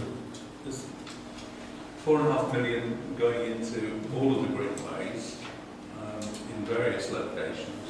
So we just, for me, we also just checked that that one that we've just asked for isn't part of that project. Do you know, I read the report today, and it clearly says the pathway between Sawston and Stapleford is going to be upgraded. Yeah, but there's It hasn't named that pathway at all. I've read the report. right. So you're going to start. So we're Okay. doing those 3. Yeah. I've been there, the correspondence. That's, oh, right, okay, yeah. Right. Discussing the bylaws outside the parish council office. Right, as you are aware, we had the bollards put up outside the parish council. It seems that they're too far apart and cars can quite easily get in without causing any major damage to their cars. We've since called them back out and to have a look at it. They're claiming they did it within the spec that we asked for. So the bottom line of this is to get it put right is going to cost another £927.89p excluding that. So the question is do you agree that we get them to put them right for the extra basically £1,000? Chair, I think it's I just wanted to say, what is, considering that it's the clerk that uses it most, what are your thoughts on people? Well, we need to do something about it because we What got a bit hard. is your opinion, what do you think of that? Well, it's a bit of a tricky one. We do there needs to be more bollards, but when they came out to quote, the brief was to put bollards in to stop people parking. So they've agreed to put one extra bollard in for free, but to solve the problem all So there's no along, we need to redress move against one. that with their quote? No. Have we talked to solicitors? Because if our brief was clear and if the work they've done doesn't answer the brief, because it wasn't cheap to do this, was it? Let's get the drop down, let's get it done properly, didn't we? We didn't just go for Kieran? Is there evidence that people are parking in? Oh, yes. Absolutely. You go down there every morning. No, I mean, I know there were before, but even There with the was bollards, they're parking between the us. because when I had the company come out, they didn't believe me. and they got, well, they disciplined me, but Ken saw it on Saturday, or whenever there was a fight, the bellbird and every space was... I see every morning. I've actually seen a car trying to reverse into it as well. Get in the car, they manoeuvre until they can park in there. I've actually sat down and watched it. I even know who the driver was as well. Janet? I was just going to say, is one of the problems the width of the bays? Well, that's the problem. Bollards are put too far apart, so yeah, but one of the bays is quite wide, so it's not really, well, the lines are faded, don't you? Yeah, it's only the disabled bay, really. Pavement It's only a line juts for the disabled. So we can't do anything about the It don't matter if you put lines in, it's not going to make any difference. No, okay. I don't think people If still... the brief is to install bollards to prevent cars from parking, and the bollards don't do that, and we have clear photographic evidence that they don't do that, then I don't see how they can be arguing that they can charge us more to fix a job that's entirely not fit for purpose. Because this wasn't cheap work to have done, was it? Wasn't it about £2,000? I thought it was I don't know if it's that much. quite a large amount of money. But I don't see on what basis they're saying we can fix it, but we'll have to charge you a lot more money. Well, unless the spec that they gave us and quoted on gave details and measurements. We'd have to look at it. We'd have to look at it. Advisory. I can understand what the issue is, but is there a solution instead of replacing the bollards? Just having, what do you call it, a tape that can prevent people from parking in that area? No. We discussed because we discussed putting chains up. The issue of putting chains up, if you drop one of the bollards down, you've got to take all the chain right off to drop the one bollard down. So it just wouldn't work. Yeah. You could weld a T-section on the top so that it couldn't get through, you know what I mean? Kevin? No, that was... David? Yes, I'm just wondering whether this quotation involved also included replacing the damaged one there. Yeah, and the removing, because there's a couple that need moving. Yes, yeah. Because And one then is a couple well, of it's actually jammed. it's been locked in. So I don't know if it's This doesn't sound like an acceptable standard of work. Why do two need moving? Because they're too far apart. So they're saying to have it, so you can't get cars in, you need to move one and put in an additional two. Yes. Oh, so that's what we're Yeah. talking about. So is there any extra work other than fixing the fact that they're not fit for the purpose stated? No, that's the rising to make it so that for the purpose that was stated. Which I guess if we did it, they'd done the measurements in the first place, we would have had this. Yeah. In which case, if they've done something not fit for purpose, depending on having a look at the contract, because it could turn out that they've put the actual measurements in, but we didn't measure, so it's our bad for not having looked at it precisely. Yeah, but how do I know what this is my point? Yeah. It was we want bollards up to stop people parking. I don't know. I don't then tell them how far the bollards are, which is the point. But if If you we think look at the they contract, they might have put something particular in there. So, no, I think it's just a quote. It's just a quote to put in the in bollards. which case, would this be something we could take to small claims? Because I think that if they're going to do it to one parish council, they might go around to do it to another parish council or somebody else. So we need to make sure that... It's entirely up to you. If somebody wants to propose that we take it to small claims. Well, I would in that case propose that if we look at the contract and it turns out that Well, it would they've have not done... been contract stuff. What it would have been, they would have sent a quote.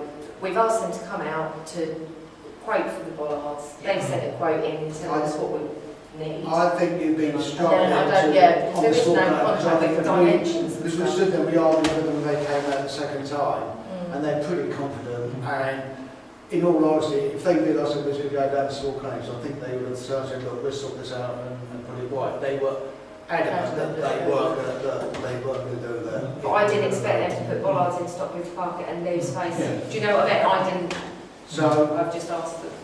the bottom line is, Janet, then I'll draw it to an end. And then draw it to an end, yes. Is a possible proposal to take a vote at the parish council that we go back to the contractor and say to them that it was actually discussed at full parish councillors weren't happy with the idea of paying for an additional 2 bollards, Yeah. is this right? Because we think that actually the measurement should have been done right in the first place to make sure that no car was able to park in between them, and we'd like them to reconsider and correct the work with no additional charge. Right, you make a proposal. I'd like to propose. Yeah, right.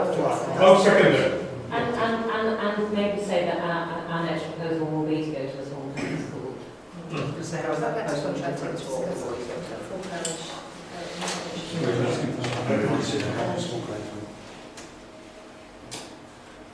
Okay, so we've got proposal second up. All those in favour of that?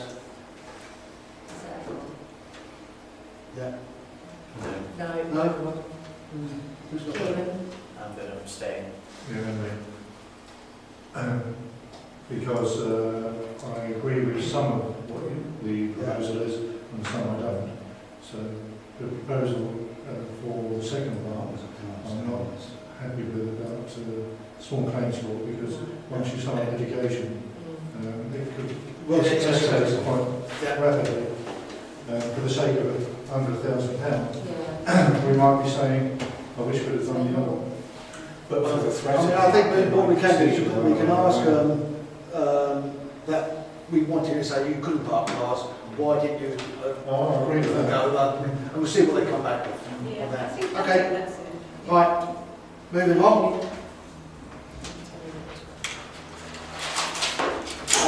To discuss the possibility of councillors attending a defibrillator and CPR course. This has obviously come up after recent events, which I played the leading part. You were not conscious of this. I think it would be a good idea if all parish councils had CPR, went on a CPR training course and use of the defibrillator.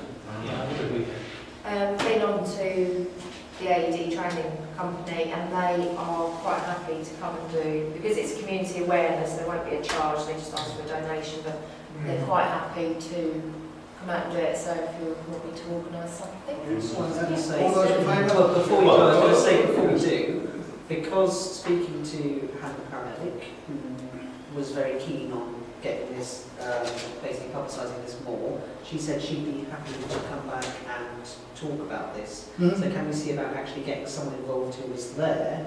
Because I think that would be good publicity. Yeah, It well, also welcome to as as we say, and I'm sure you are. So I think that also if we try and make sure as many people in the village come to it as possible, because obviously we previously did have a session to which a dozen people turned up. Well, yeah, maybe that's being generous. But the fact that it has now been used and saved a life, and we have several of these around the village, I think needs to almost be shoved into people's faces just so they're aware of it. And I'd like to add to the proposal that we make a donation of £250. Yes. Yes, I'll second that. Right, hold on a sec, so we arrange a course, Advertise invite the it whole on- village, make donation, propose, who's proposing that, Kieran?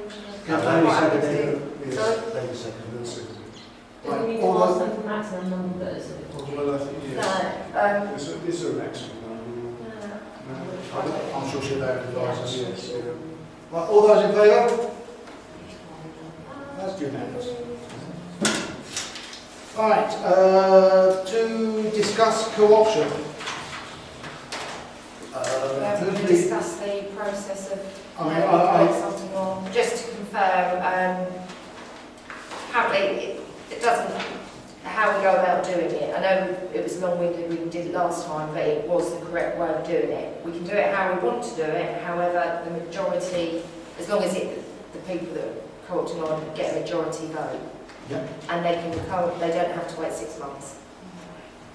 I was just going to say that, so we don't spend too long on it now. There are quite a few examples of co-option procedures on the net that do follow the cabal guidance. The only thing I could see different in some of them is a couple add in a provision where after people who have applied to be co-opted have had their say, the public are then excluded so that the council can debate. That's one difference that I found in a couple. And the other one was about whether the ballot is secret or not. So I was going to suggest that maybe one or two of us, or Joe, I don't know, adapt one of the procedures that we have available, and it then comes back to full council to discuss comments. Cool. Oh, Beck was first. Oh, sorry, Beck. Right, I think we've already voted on whether the ballots are secret or not. Yes. Quite recently. Yeah, so we need to work that into the process then. So, thank you. I mean, would it be good to have a subcommittee to just look at different ways of doing it and agree something? And thirdly, could we actually add our list of things to put on the new website? Perhaps some advice for people who are thinking of applying for co-option, because I think we've had a situation where people haven't sent any advance information in. They've just stood up and talked, and I think it would be really useful to say, you know, the kind of things that it's useful to mention, the kind of stuff that we don't need to know, and you know, things that you might like to do in advance, like coming along to the parish council meetings and talking to the councillor. I think it would be. I think that would be good. Something that also I found attached to some of the processes was actually a parish council, co-opted council, person specification, which is quite useful because it does say things like, you know, the ability to listen constructively, be a good team player. Because after all, when you're on the parish council, you're not just one person. You're trying to get things through as a team. Ability and willingness to represent the council and their community. Ability to communicate. We can add that sort of thing in as well. That's fine. Kieran?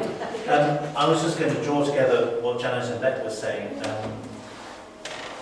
We've agreed earlier that we're going to revisit the standing orders to bring them up to date to the latest national recommendations. And so I was going to suggest that we should include that as part of that revision, which Brian's kindly leading with others, and then to bring to F&GP and then to full parish in December or November, or whatever the dates were. So can I suggest that we do a task and finish on this, because I was most unhappy about the co-option exercise. No, but that's fine.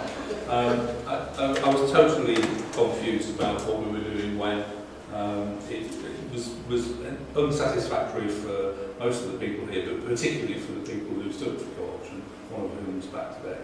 And I just think we should. There are plenty of alternatives. I mentioned to Kieran one before we took the option that was recommended by Park. So I think we've got plenty of options, and we must be able to do it a better way. Well, I've got back and then... That's finished. So is that a formal proposal that we revisit our co-option process and put that as part of standing orders, and we're revising standing orders. I've suggested it would be nice if they were written in less fustian language so they were actually useful. I think there's two different things there. Yeah. So we shouldn't conflate the wording in the standing orders. That's a longer term option to consider that. But I think if we could set up a task and finish group with 3 or 4 of us, I'd be happy to sit on there. So have I got volunteers to sit on the task and finish group?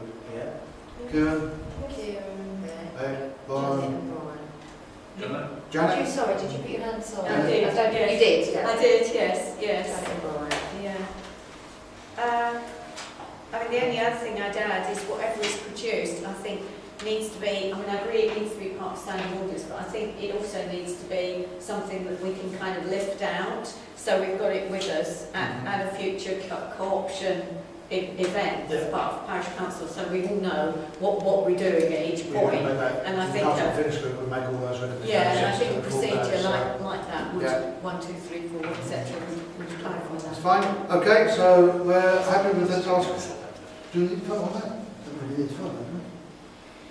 That's a try and convene. Can I, all those in favour that the task and finish group and we take this forward? Yeah. Wisely? Yeah.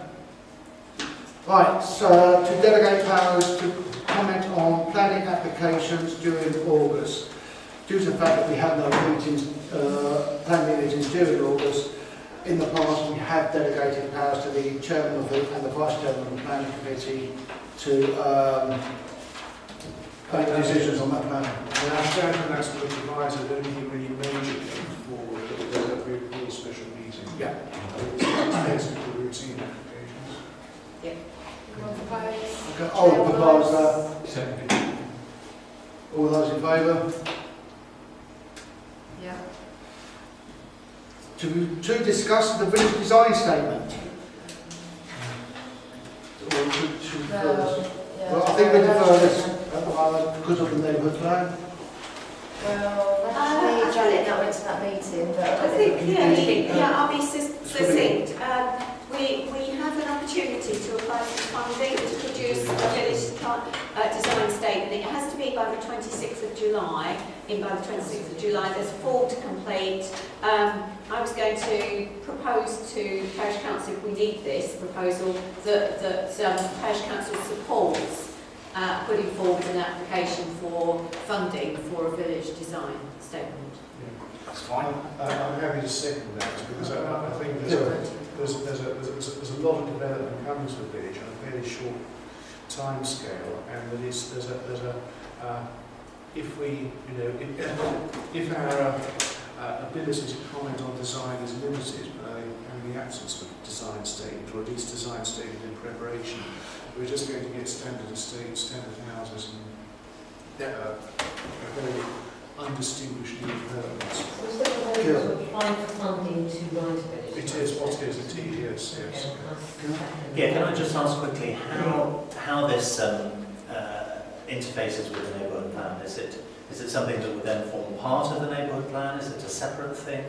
There are Q&As, and my understanding from the Q&As, I can send it round if you like, largely provided it to me, is that it's something that sits beside the neighbourhood plan. They're two things, but they can progress at the same time. It doesn't mean that by doing a village design statement, we don't go forward as well with the neighbourhood plan. And at the same time, when you're applying for the funding, bear in mind, it will be only 6 villages that will be approved. Yeah. So it's a bidding process. I was just wondering, It's a bidding process. with the village design statement, who actually, writes the village design statement, gets to decide what goes in it? I would have thought that would have been the people that were on the neighbourhood plan. And they would bring it to they would then bring that to the parish council. Just because what was said was that the village design statement was beside the neighbourhood plan, so I was wondering if it's then an extra thing which seems quite similar to the neighbourhood plan, but it's not quite the same piece. Well, I think it augments the neighbourhood plan because neighbourhood plans don't normally contain much specifically on design, and that really plugs that gap. So I think I see the two going forward in tandem. I don't think they're in opposition or they're project in a way.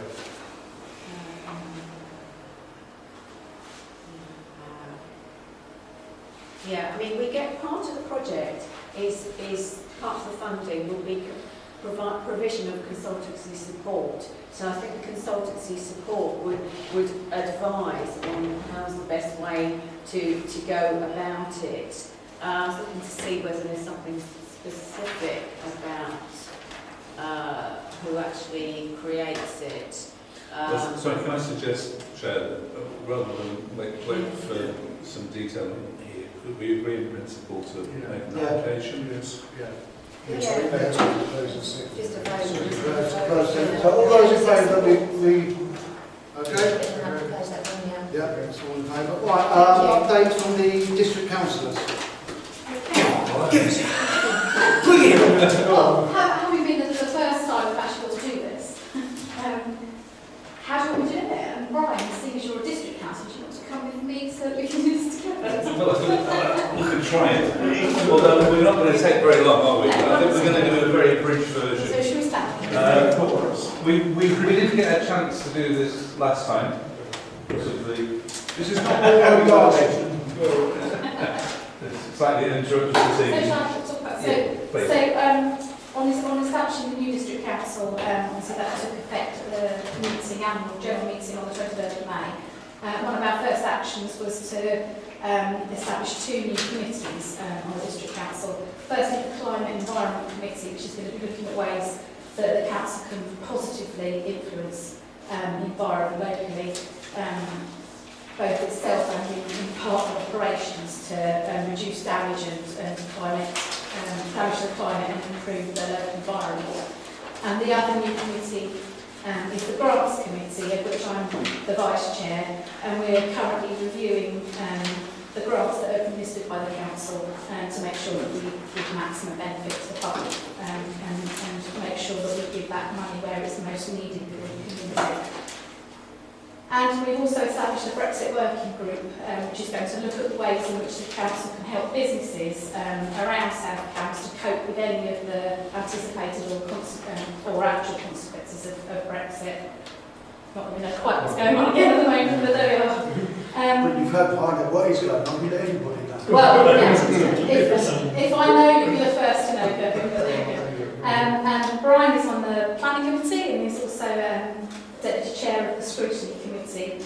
And we've made Following Kevin's footsteps. Indeed, yes, but we've made the new move at the District Council that in the past the Chair of the Scrutiny Committee was a member of the ruling party, whereas we decided that we would give the Chair of the Scrutiny Committee to the opposition. So the Chair of Scrutiny, who look at all aspects of the Council's business, will be chaired by somebody from the opposition, and we feel that's a more constructive way of working and making sure the Council is properly held to account. There's a technical difference in the way that we're going to operate at that as well. And rather than do a post-decision scrutiny system, we're going to do a decision scrutiny system, which means that we'll be looking at things in advance rather than being taken, or the decisions being taken. Do you want to have a chat about housing land supply? Very quickly, Yeah. because I think Kevin's referred to this in the, and Roger referred to it already, so we've now demonstrated that we have a 5-year land supply. This will make a significant difference to these opportunity developments that came along that were very difficult to challenge because on appeal it was quite likely that they'd get passed. So that's going to make a huge difference right now, even before the adoption of the local plan. Those 3 key messages that we had in our campaign still prevail, so housing, transport and infrastructure. Examples of this, we've got 2,500 people nearly on the waiting list for housing, so we're going to make best efforts to improve that situation. We've just signed off on some new housing at Hardwick. We are looking at how we're going to improve and extend the council house provision in the district, and well, watch this space, but we're on the case. I mean, clearly Sawston is an important part of this. There was the consultation exercise last week or 10 days ago in this these premises, where we obviously attended with lots of other people. We've got new meetings about that as well. And we're still very concerned about the developments on the east of the village, about the exit through Abraham or elsewhere. I've had conversations with the traffic officers involved over that, as well as the Section 106 officer who's coming to see us on Thursday as well to talk about those. So. Yeah, we just talked about that and talked about that. Transport. Well, there's a couple of things, aren't there? You talk about this one. Okay, so we've got the local liaison forum going on. We're just reporting back the GCP that we talked about before is at least, given the disappointment that they can't do anything more significant, have got agreement on the GCP to spend £4.5 million on the cycleways, the greenways project, including the path that Kevin mentioned between Stapleford and Sawston. So that's going to be a long-awaited improvement. Yeah, and we also attended the meeting about the proposal for the travel hub on the triangle of land just up there, which Kevin also came along to. And it seems to be the only reason that this has been put forward is it's land owned by the county council. And the idea would be to... Because it's very hard to see any other benefits, basically, where we looked at it. And I think we were all in agreement that it didn't actually offer any benefits to people locally. And I've spoken to Olivia, the council officer who's making the next meeting arrangement, with a view to make sure that we don't talk about that as an option anymore, that we look at alternatives. And that includes, for example, the Whittlesford master plan that's currently being consulted on. So we did a meeting 10 days ago or so, which asked them to consider taking the whole of the existing Whittlesford Parkway car park and the highways agency, Highways England and the County Council site, and a site beyond that owned by a lady called Arabella, who has given some indication that she'd be prepared to sell. And that could create a significant parking for cars, but multimodal, for buses, for cycles. We've asked them to consider, which was maybe I should have included, a separate access road through Mill Lane at the back, which would shortcut that and give some different options, because the access to that site by buses at the moment is very tricky. We'll re-engineer that, but that would offer a huge site relatively directly next to the station that's going to grow significantly over the next 10 and 20 years. We'll get up to... Well, it'll work for Mill Lane, and it's a bit old now. So let's head back past there. Further afield, I attended a consultation at the Hingston Genome campus about the expansion plans there, which are substantial. And we'll obviously keep a close eye on the proposal and feedback to residents on progress and issues with that one. Something that South County has actually done very well is more than 200 families have been prevented from becoming homeless last year. That's due to the work of the housing team there. And that's actually grown from 126 families in the previous years. There's been a really big increase in people who they've managed to stop falling into the homeless category. And the main cause of it is people who lose their short-hold tenancy agreement when they're renting. And some of the stories that I've already heard about people in that situation are really distressing, but the team works incredibly hard to do that, but the pressures are going to only be increasing. We're going to have to work to make sure that we keep people out of the homeless situation. So we're also keeping a very close eye on the introduction of universal credit as well. The government reporting that the gap for some 6 weeks is critically important from paying in advance, paying in arrears. So we're going to try and do some work with that. So the one thing that I should say, and I'm sorry he's not here for me to say so, maybe do it again, but I gave some compliments to Mr. Scuffley and Bard for their work prior, and didn't mention Ray Matthews or indeed Tony Orgy for their work too. So I'd like to make recommendations and do so now. Well, thank you. Thank you. Okay. Thank you very much.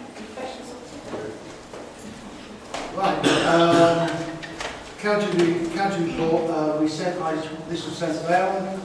It's all in the agenda. I have nothing extra to add to it. If there's anything that you wish to ask me, please email me and I'll put a copy on the minutes. Yeah. Okay. The next item is J18. Yeah, so as councillors will remember, or Anand may not, as he wasn't here, I was nominated by the Parish Council as a trustee at JHC, and I'm just beginning the 5th year of that term. So every quarter or so I can give a quick update. I'll circulate notes as always, but just a few top-line things. Our inquiries, the number of people we're working with is 20% up on the same period of last year. We've given out double the amount of food that we gave out in 2017, mainly due to the long delays in benefit payments. We have a new benefits support worker, someone who used to work at DWP, and she's been a great addition to our staff. We've started adding some more drop-in groups that meet at the office, particularly one that the British Legion offer. They're now using us on the third Thursday of every month. Two things to update you on. You remember a couple of months ago, I think, Neil, you asked about the John's Acre drainage. We've taken advantage of the dry spell to excavate the drain, discovered it was full of a lot of soil, and which was so much it almost looked like it had been dumped from there. But anyway, big excavation, so fingers crossed when we next have a big rain we won't have a flood there. And also that we were approached by Crowdace, the developers of the on Mill Lane, to rent them a piece of land at the bottom of our allotments for them to use as a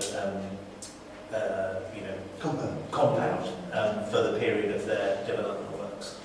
And so we were assured that so that's the land which had been used for town peas at some stage, but because we're not able to do town peas, or not that we do, the people who organise the town peas have not been able to do it in the last couple of years because not being able to get a machine down the middle of the allotments in order to be able to sow the peas, so that there wasn't any effect. Us using this land for this hasn't meant that we can't do, hasn't had any effect on the pea situation. But just so you know that's why that little piece of land is being let to them, and obviously the money we receive is going to be used for our charitable purposes. Thank you very much. Any correspondence? No? Right. Anyone else ask questions? Yeah. Is there anything that anyone can do to help town peas continue? Because I think we're all sad to hear that. I think what's actually needed, is it? It's a drill that's small enough to go down through the middle, down the drive that goes down the middle of the So allotment. how's it previously managed? I think there was a piece of equipment that could be borrowed, but is now no longer available.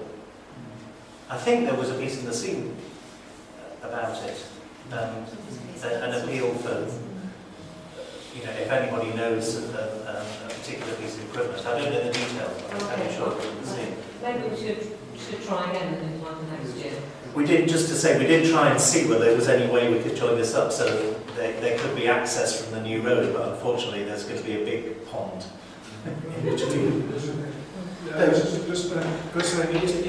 is it actually possible to grow peas repeatedly on the same ground without rotation? No, so we normally go half and half. Well, yes, So there's two halves of the field. So there's still half a field that's not affected by the compound that could be used for peas, but we still don't have the ability to plant them. Rather than asking for the machinery, is it worth asking if anybody else has a plot of land that they would let you plant peas in? Where the bus hop's going. Where the travel hop's going. Well, we should think about it. I'm not sure whether there is any land that is not cultivated. Right, councillors' issues for the next meeting, starting with Kieran. No, thank you. Robert? No. Neil? Yeah, the light column in Church Lane got knocked down about 2 months ago, so they've just tarmacked it over. So that is dark down there in the winter. The lighting column got hit on that. It's SC64, and it's the one immediately opposite the junction with Paddock Way. So I requested it to be... we expect it to be replaced because it's dark on there. I mean, it would be useful if that could be done before the night starts. So I asked it for it to be reinstated because I'm Belfort BC. Stop dancing. Trying to see whether I can affect the lights, I'm sorry. Right, anything else then? Yeah. Tower Road, a light got knocked down there some very long time ago, and there's about a 3-foot section sticking out. Yeah, it's been down for a long period. I'm dealing with that now, and I sent an email to Evan at Highways, and we're now investigating it. And the next thing, can we have a clock in here so we can see it, like we have in the other? And we can arrange for that. That's it. Yeah? And Starlights. Oh, very good. Martin. I'm fine, thank you. Beck. Is it worth asking at our next meeting whether people would actually be able to manage a meeting in August rather than having extra meetings in July? We don't have extra meetings in July. We don't have extra meetings in July. It would have been a planning meeting. It's a Pardon? planning reschedule. Okay. Yeah, it's just been going to reschedule it as a full rather than planning. It's not extra meeting. Colin. It's been down 6 years. Brian. Is there a football match on tomorrow? I think so. That's a council meeting. Yeah. Anything one? No? Yes. Tony, David? Yeah, yes, we received, we were not exactly insulted on, but we were informed of a scoping report that was produced by the Wellcome Foundation concerning their proposed expansion at Hingston. And having gone through it, I noticed there was various inaccuracies and omissions which I undertook on my own behalf, and I'm not doing this on behalf of the Parish Council. So I thought you ought to be aware it had been done. One very conspicuous omission was the two developments on Dover Road, which were specifically excluded on the grounds they were unlikely to come forward in the foreseeable future. Pointed out there's one is already in train, as it were, and consultation has taken place, and as if both were developed to a density of 44 dwellings per hectare, we end up with 672 additional dwellings on there, which is quite a significant addition to the traffic load on the road and should have taken into account in their scoping report. The other significant omission was that there was virtually no reference to secondary education, and Hingston, of course, falls within the catchment area of Sawston Village College, and a development of 1,500 dwellings, as what they're talking about, was on standard sort of secondary school child yield figures, would give you about 375 additional secondary school places, and I was questioned that also ought to be within their scoping report, because bearing in mind that there are listed buildings in the centre of the site, and the site is completely constrained by the green belt on two sides, including the school sports field. I would question whether the 11 to 12 odd forms required to accommodate those children, plus the extra large from the Sawston developments, is achievable easily on that site. Okay. I'm just pointing that out as well. We can bring that up another meeting to discuss that. Janet? Yeah, just two things very, very quickly. At the Preston Council, I went to the presentation of the fun run checks evening a couple of weeks ago, and that was a really good evening, really good. It was really good to see the beneficiaries of the fun run, and also to see the people of the Village College who did I saw an excerpt from musicals then as well, and it was really interesting to meet everyone else and heard lots of positive feedback about the Parish Council, so that's good. Second thing is that I also visited the archives at Mary Chalice House, and I would urge people on the council and people in the village to go to Mary Chalice House when you get a moment, because it's really looking good now. It really is looking good. They've done so much work, both inside and in the gardens, and the archives is really interesting to see as well. I'll second that, I think, as well. Yeah, well done.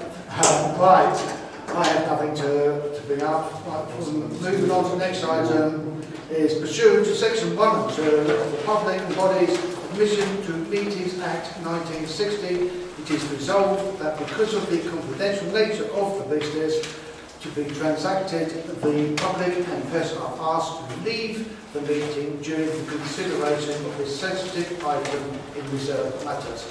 In other words, bye-bye. Yeah.